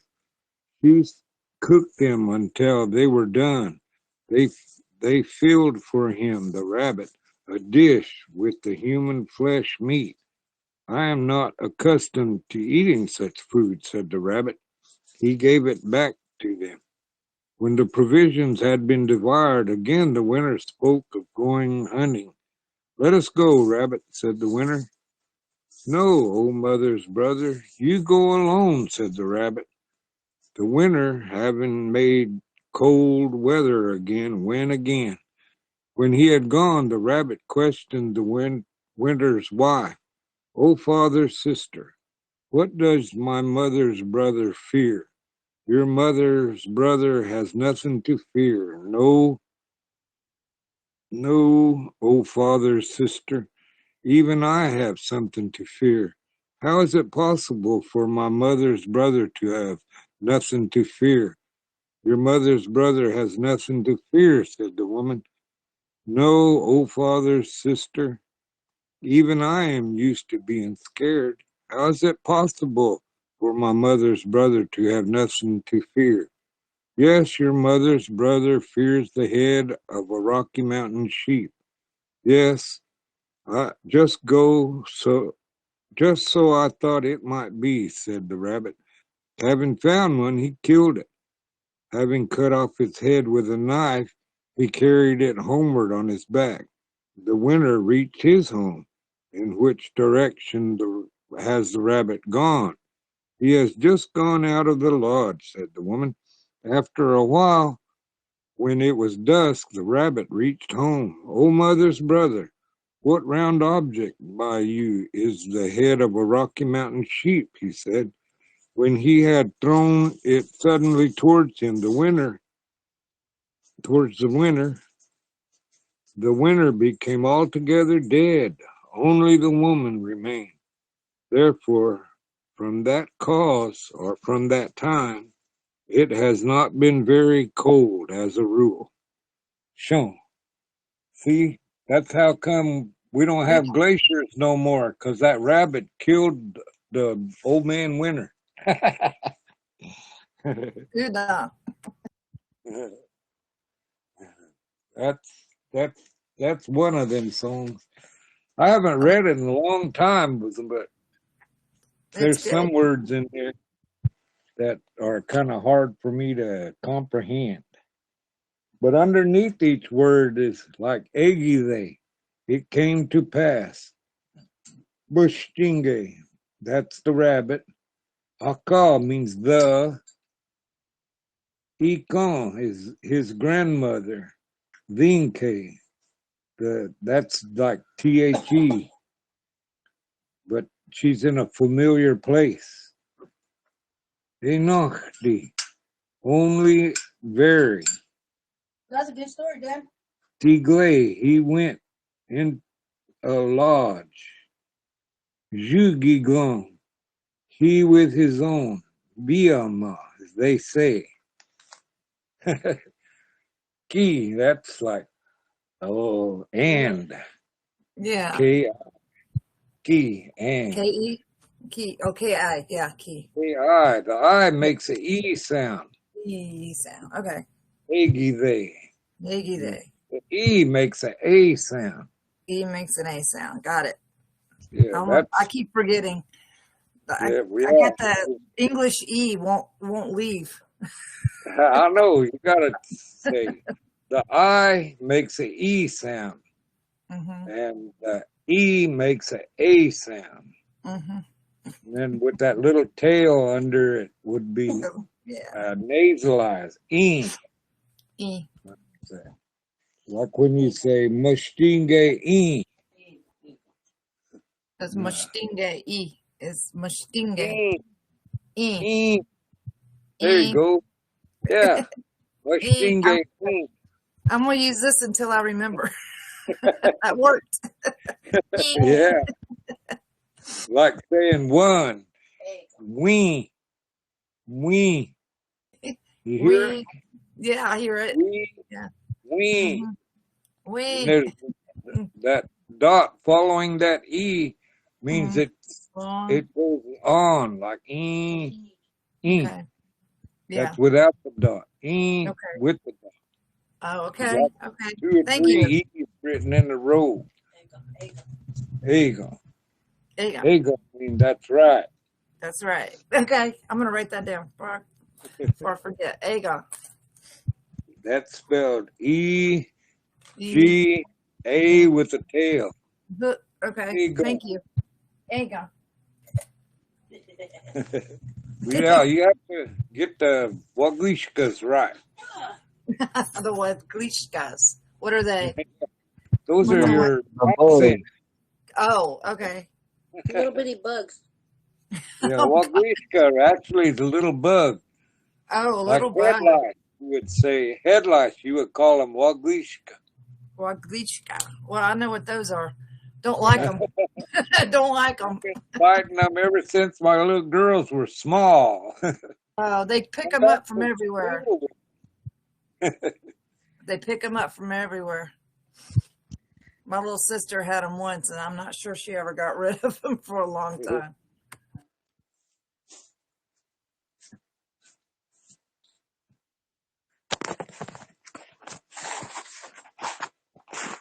What time is it? When? Hold on. Okay, You got go. anything you want to read? Yeah. No, Dad read my story already. Okay. It was about the sacred weed. I was going to read that.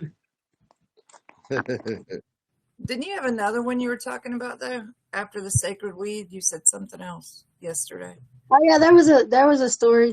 There was a that one. I can't remember it though. There's one about the Osages for how who's that? Where the people of the sun.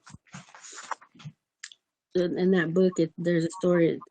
The people wanted to know where they came from, so they went to the sun and asked them.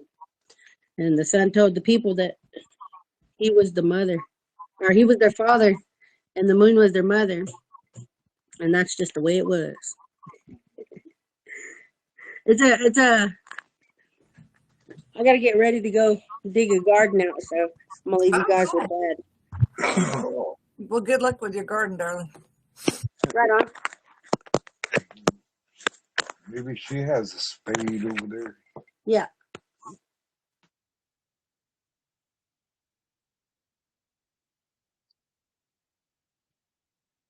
Robert, what do you and Diane and Connie think about some of these stories? So I thought it was really interesting. Robert needs to. Especially, oh, am I not muted? Oh, I am. Okay. So yeah, the vapor baths, that sounded really great because you just sitting there, nice and hot with some tea, and then they don't just dump you in some ice cold water in the river. That sounds like the only bad part.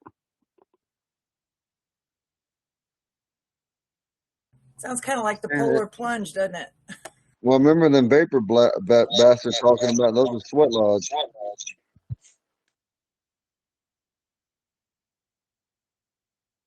That's probably just the old way of saying it, but yeah, sweat lodges. They were having steam baths, kind of like a sauna, I guess, with them hot rocks. Yeah, hopefully we'll be able to go up there and actually have one day. You've never been in one. Hey, you got to take, when you go in there, you got to take a little piece of, what is that plant they call? That you put it over your mouth and nose. and get low to the ground, him and your face in the grass, and breathe through that weed. I think they use that same weed to dip in the water and put that water on the stones. I can't remember the name of that Well, weed. that root we use is bare root, and then what we use to put the water on the rocks. If we don't use the buffalo horn, we use sage. Sage. And Sage you leaf. put that over your mouth and you'll be able to breathe. It will get hot. Your legs, your back and shoulders, you'll feel it. But man, when you come out, you feel great. It gets rid of aches and pains, and you come out, I'm 73, but I bet you when I come out of Sweat Lodge, I could play basketball. Oh my I'm God, gonna I write need that that. down. I need that so bad. Yeah. I don't know what I do with my wrist. We have to get a game. We'll have to make a game. We'll make a game of a horse or something. But that it's what like, but mostly I don't go. You don't go for yourself. You go for whoever that sweat lodge is for. Like if it's a healing one, then you go and while you go through all that sacrifice, you pray for that person who the sweat lodge is for. They might be Wakega, sick, and and you want to heal them, and they'll be in there with you. But you all pray for that person to get well. Wakanda, we'll hear you. Wakanda, no, you will hear. You don't go to a sweat lodge for fun for yourself. Because there's several times I've been to sweat lodges and somebody will come out and say, "Oh, I feel great. I needed that." But it was a healing ceremony, so I told him, "Hey, man, you're not supposed to go in there, and this ain't for you. It's for that person over there who's sick. So you quit saying things like that. You say things like, I know Wakanda has heard me, and that's good for him. He's sick. Wakega, Wakega, he's sick. But don't go in there for your own pleasure and satisfaction. You're going through that because it's not fun. That girl. Well, sweat lodge. It's for suffering, and man, you will. Boy, top of my legs was hot, man, or somebody rubbed something burning, or like alcohol on a rash. That alcohol will heat your leg up. That's the way that those stones will do to you. You'll get burned. It feel like you're burning, but actually it's good for you. And then you pray to Wakanda for that person who the sweat's for. That's how you do that. It's not for self-pleasure.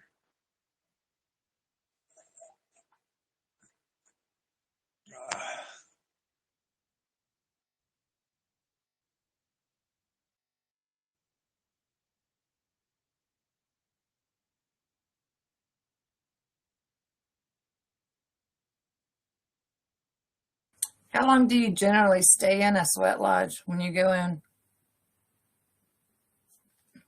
Is there some kind of a thing going on with the time, or just until you feel satisfied? No, it's got 4 doors. Tijeba Dubaha. Alin. What's the other one?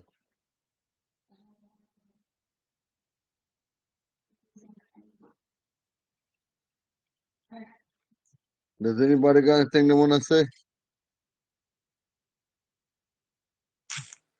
Hello? Can you guys hear me? Okay.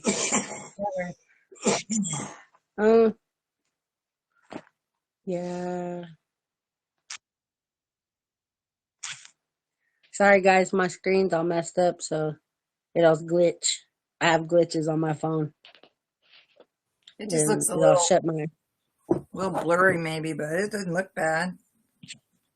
But I got my phone on the screen and it's cracked, so Mine's I'll got a have a crack. hard time. Yeah, I got to get mine fixed one day. Hey, Eagle, I have a question. Go ahead. That story you were telling earlier about the man that had the hair, he put the human hair, he got the hair from the people and he made it, put it on his hat. My question is why would people give up their hair? Honestly, because I mean, you don't want to just give your hair away. You don't want people to get a hold of your hair. You don't want people to touch your Connie, hair. Mr. Connie, when I told you that, you wasn't listening. I Okay, said I that thought I was. when people lost their loved ones, they cut their hair, and he asked Oh, him for it, or he asked him if he could trade for it I because heard that. he was making a special hat because of his vision, Right, I understand that. I got that and he part. wore that hat in battle. It was a buffalo cap, skull cap with human hair all sewn into it, with a buffalo horn on Okay. the right side, Mm-hmm. and that was Montujinga. I totally heard that. I guess what I was asking was just a little different.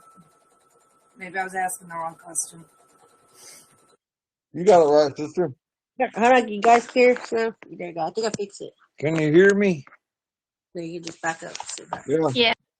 Yeah. Well, so back, I heard a story to come from them Apache. Then them Apache all had short hair when they got captured and taken to Florida. And then the guys asked them, "How come all you Apaches have short hair?" And said, "Because you killed my loved ones and my people." And they all cut their hair off. And even today, at some funerals, when a girl is burying her mother, she'll cut her hair off and put it in that casket with her mom, and she has to grow her hair all over again. That was our way too, Bahonga Day, back in the day. So, Yeah. I mean, if you guys have questions, don't ever feel like they're dumb or not. Sometimes maybe we got so much going on our storytelling or talking that we forget what they were. I do the best to answer what I know, and don't feel bad when you, Connie, when you ask that question. Sometimes I look for the softest way I could say it, but you're learning so much in such a fast time, and sometimes you gotta take time to write it down or make a note on it because even me, all these years that I heard Ponca and some of the words I didn't understand, and then I asked questions, why can't we do it this way, or why we say it so many different ways? I made notes on them, and that's the only way I could keep up because even though I know our Ponca language, I'm not fluent, but at the same time, I don't know everything. I damn sure don't know everything, and that's why I have to write notes down. Notes are our best thing as people learning Ponca because I'm still learning Ponca. Don't think that I know everything because I don't. yeah. But The question I was really asking though was, since let's say I cut my hair, okay, I don't want, even though if somebody's passed or I cut my hair for some other reason, I don't want to just give it to other people, correct? I mean, yeah. so why would all the people that cut their hair for, let's say they were mourning, they would just save it and then give it to this person, or would they do away with it in another way so that other people don't get it and curse them or something? You know what I mean? Yeah. Well, There's never been another. you only give it to someone who you can trust, someone who knows you. That's That what I was way, asking. they won't give you bad medicine. That's what I was asking. Thank you. Because Not I used everybody. Not everybody gave their hair to him. Yeah, But the not one that he everybody. did, he had enough to make a skull, an entire cap out of it. And why? What he had in his vision, that man never told nobody. When you have a vision, it's your choice to tell why you're doing something, or you don't have to tell him. And he never told why he did that, but he had a vision that told him to wear that cap in battle. He even got hit in the head with an arrow, and that one single horn on that particular side, it saved him. So he had that hat made for battle. See, And Awesome. like I said, and there you go. it's common what my grandfather just told you. If you trust somebody, you do that. You know how many people probably turn them down? It's like, hell no, I ain't giving you my hair. That's the truth. That's There was what I probably wanted to more. know. I was There's like, probably under more what people. condition? I'm sorry. Good. Well, you didn't say that when you asked me that a while ago. And the point, what I'm saying is, it's sacred. Our hair. You already know that it's really sacred to the Ponca people. And the women are always taught to don't let no man touch your hair, but if anybody with a little brother or maybe a father, but even then it's really not polite for a father to touch his daughter's hair. And then for a man, only his wife or his daughters or his mothers or sisters will ever to touch his hair, and maybe an aunt or a grandma. But nobody is allowed to touch your hair like that way. And so, because it's really sacred, but women are taught at young ages, don't let no one touch your hair. When you comb your hair, don't let your hair just go, don't drop it on the ground, don't do anything because people could use medicine on you or use love medicine on you. Yeah, that's exactly what I meant. Was like I knew this, and I'm thinking, well, people just giving away their hair. So under what circumstance would they do that? But I guess I didn't realize the relationship. Like I didn't take into consideration the relationship that these people might have had with each other. You know what I'm saying? I didn't know if they were just random Oh, people giving them hair. You know what I'm saying? It didn't make sense to me, but I get it now. Thank you. I think you yeah. just phrased it wrong. I do. I phrase everything wrong. It makes sense in my head, but when I ask it, it's not very understandable. But that's exactly what I meant. So sorry it took 20 minutes, guys.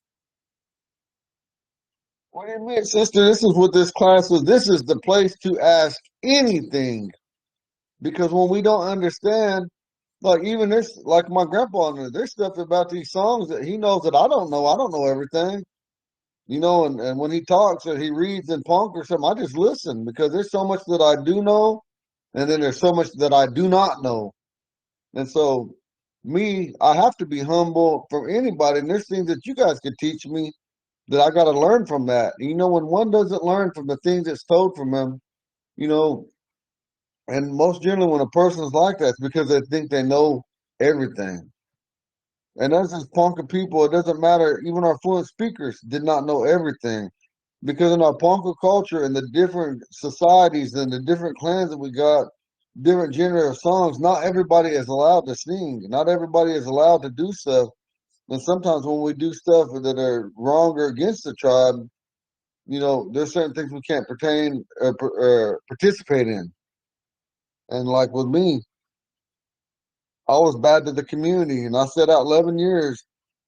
And even now, people are skeptical of me because of my past. And even when we didn't have those type of things to sell or do or give the community, raping young girls or killing people or going and scaring the buffalo off before we're about to have a buffalo hunt.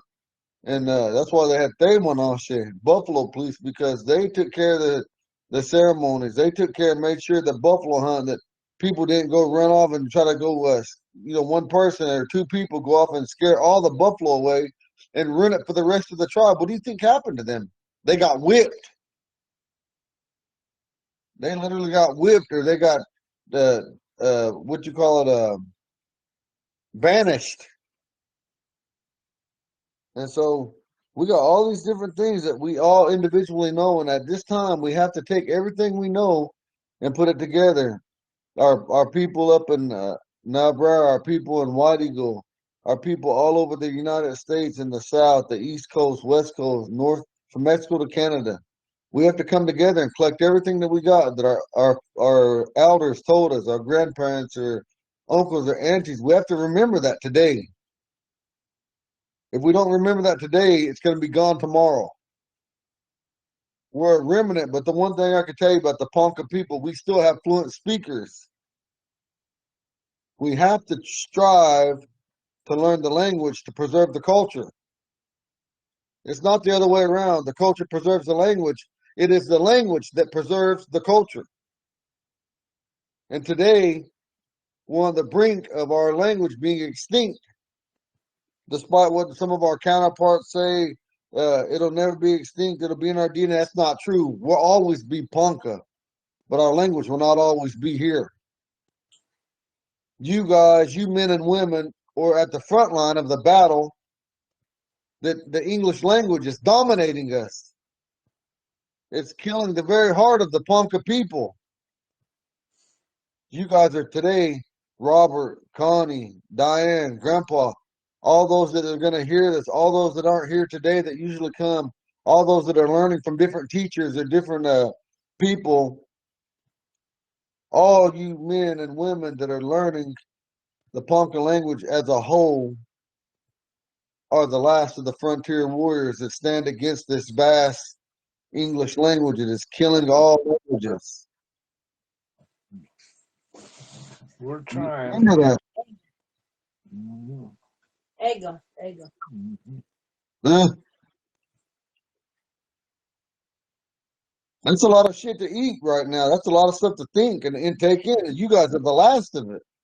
Connie, when you think you don't know shit or you think you don't know nothing, sister, there out of the 5,000 Ponca of Nebraska, the 4,000 and some change Ponca of Oklahoma, you know more than 9,000 of them. You do, Connie. You know more than 9,000 of them. Yep. You might think that's bullshit, but I'm telling you the truth. Diane, you know more than 9,000 of them. Robert, you know more than 9,000 of them. I'm dead serious. You guys are the last of the frontline warriors. Hold the line. What's up, Malingo Ho? Ponca, yeah. Dingai. The Ponca language, Biatma, they say the Ponca language is dead. It's not dead. Nope. It is not dead. As long as we're still here, it's gonna be here. Yep. As long as you're here. I study Ponca every day and I still can't I can put just certain sentences together, but I have to sit for a long time and write it down and then rewrite it and then rewrite it. And then when I think I got it right, I give it to Eagle or Pastor Headman and they say, no, that ain't right. And so I have to go back and do it all over again, start from fresh. Repetition. Yeah, repetition. Then after a while, I can write a sentence. And then first I tested on my daughter Gail. And then she said, Dad, that don't sound right. And then I go back and I look over again. And I read them first 40 pages. I'm on my 6th time reading them first 40 pages. And I'm stuck on subject and object. Plural subjects, plural objects. Said by one to one or one to many. That one, it gets by me. But I'm working on it. And it's hard to find examples of subject and object. And when I read those stories, if those little words weren't written underneath them, I wouldn't kind of comprehend altogether what they're saying if I didn't have that book written down. So don't give up. I am not giving up. I'm anchored. Diane's not giving up either, are you, Diane? Neither's Robert. Robert's hanging in there. It gets tedious, and sometimes you have to, like, for me, what helps me when I get frustrated is I'll go from our language to like singing our hymns, and trying to understand them better. You know what I mean? Hey, Gail. Try to actually think of what they were thinking of at that time Mhm. whenever they were composing that song and how they were feeling in the situation they were in. Try to put yourself in their seat while they were singing that song. And sometimes that helps when as encouragement for me to continue trying to learn Ponca, you know, to think of those hardships that they went through and struggle that they came through. And that it's profoundly encouraging to me because, hey, if they didn't go through that, I wouldn't be here. My dad, you guys wouldn't be here. If they didn't suffer for us, if they could endure all of that, then why can't I continue, and why can't I continue to, encourage others to try to stay studying our language. Mm-hmm. Big. That's right. But Hey, Gail. Oh, sorry. a lot of young people have a hard time getting away from technology, video games, and they're conformed to society. And you have to take them from that conformed state and show them something different, even if it's for 10, 20 seconds. But when you show them sincerely and put yourself in those old folks' seats and their mindset to teach those little ones so that that'll that'll ignite that spark that's in them to learn something about their own culture and where they come from. And then it's real neat to watch somebody Very smart. who doesn't, they kind of know a little bit of Ponca, but not all of it. When that light comes on in their head and they give you this great big old smile and say, I got it. And that makes you feel good inside that they understood what you just told them. Or how to say it. Pretty neat. I look forward to that. One of these days, a light will come on and you'll say, I get it. That smile they give is worth all the repetition and thing you did with them. It's like a satisfied teacher. I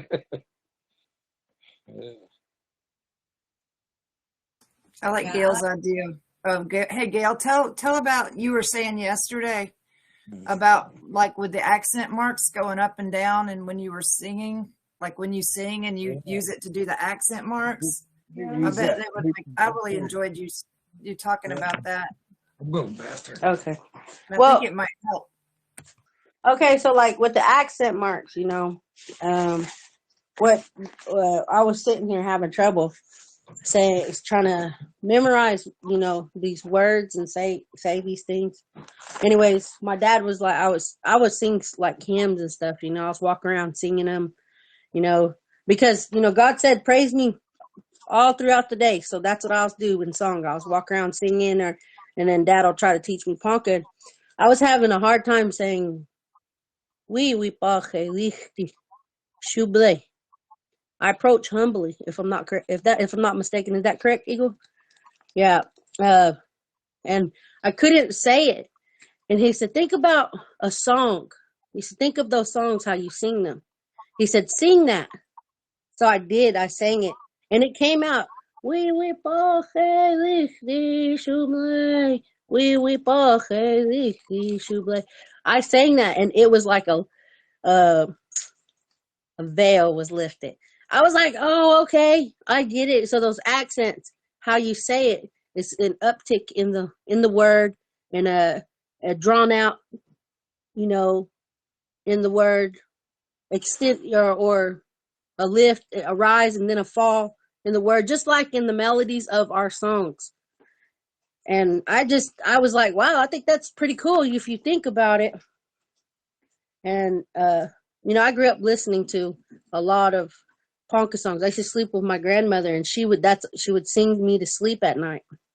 And so she just kind of always went to dances and powwows. So that's how, I stayed. And she was fluent. She was very fluent in Ponca.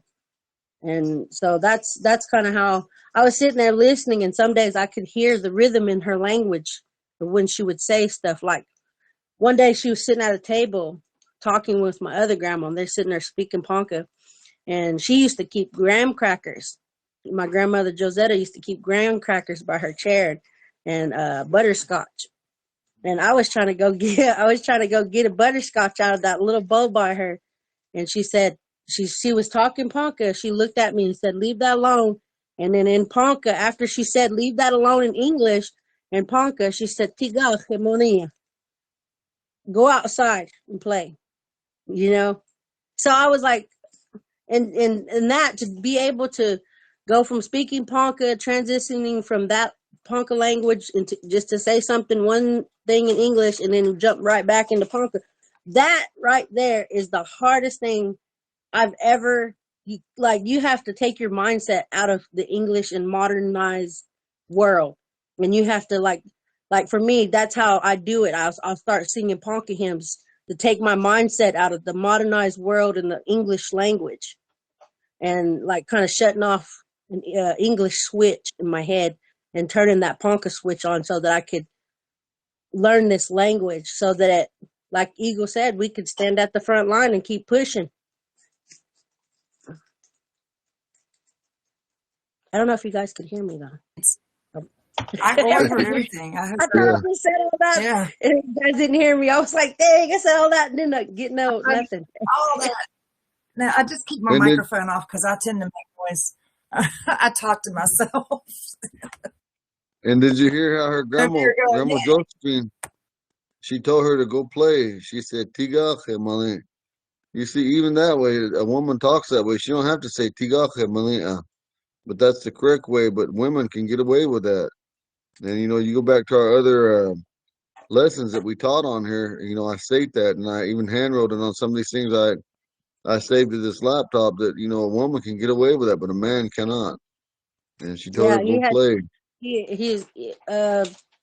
his language and his presence commands authority. Because that's how things are. If you think about it, way back in the day, they provided all of the needs for our people and for us women. So that right, that yeah. even the authority of that the masculinity of is in the language, and I think that's pretty cool. you know. It actually is, because that's not true in the English language at all. So Yeah. it's a neat concept. I like it. I do too. Yeah. Well, I'm gonna give you guys back to Dad, and I'll be listening in on y'all. Thanks, Gail. Yeah. Grandpa, if you could Yeah. close us out, it's 2:00. Our session's over until Monday. On All Monday, right. we come back at 6 to 8 p.m. All Well, we right. close out with a prayer, and then actually we need to start praying in and praying out. We did it a couple of times, but we just pray out every night. So we need to pray in and pray out. Sure. All right. Okay. Who in Doddy walk on the Ponca, Shiga. Thank you, Father. Thank you for all your blessings. Protect us all. Take care of us. Well, we want to thank you for your blessings so that we can learn what we have forgotten. With your help, Lord, we can do this. We need to help get our young people into our language so we can keep our culture and heritage with once great people. Thank you, Father, for this beautiful day. Take care of all of us as we go about our business. Lord, we pray for people in jail. May they find your path and stay on it, Lord. Thank you very much for all. Thank you for this life. Thank you for being there for us. We ask all these things in Jesus' name. Amen. Sean. We've done. Okay, loved ones, you guys have a good weekend. Uh-huh. I love Oh, you you too. guys. We'll see you Monday. 6 See to you 8. Monday, guys. Yeah, See before you, we go, Diane. listen. Bye, Robert. Before we go, hang on, sister. Listen. You see how we bring in some of these other people here. They know a little bit of the language, but like you said, they practice. Their father and daughter, they practice every single day. You guys could do that same thing with your Show brothers, offs. your husbands. No, that's how you do it. You have to keep it in there. But anything that you do that's good, when you're sewing, you got to keep sewing to be a good seamstress. You do that work on that computer and type fast. It didn't happen overnight. You had to learn to type fast on them keys. And whatever job you're doing, it took time until you became good or a craftsman or a journeyman. It's going to be the same way when you build your body. You work out. You got to start from the little, walking, going a little bit, going further, getting stronger, getting real strong. And in the same way, this Ponca language, you know a little bit words, learn a little bit sentences. You stay repetitive in it, helping each other, talking, inboxing. Now we all got ways to our phone numbers, our social media, these different platforms that we got to start making use of them. Start writing out sentences on your own free time or write something in English and we'll translate it. That's the only way we're going to progress is by trying. So in this, I want to say, Washkant Malinga Ho. That means try your hardest to live. Shall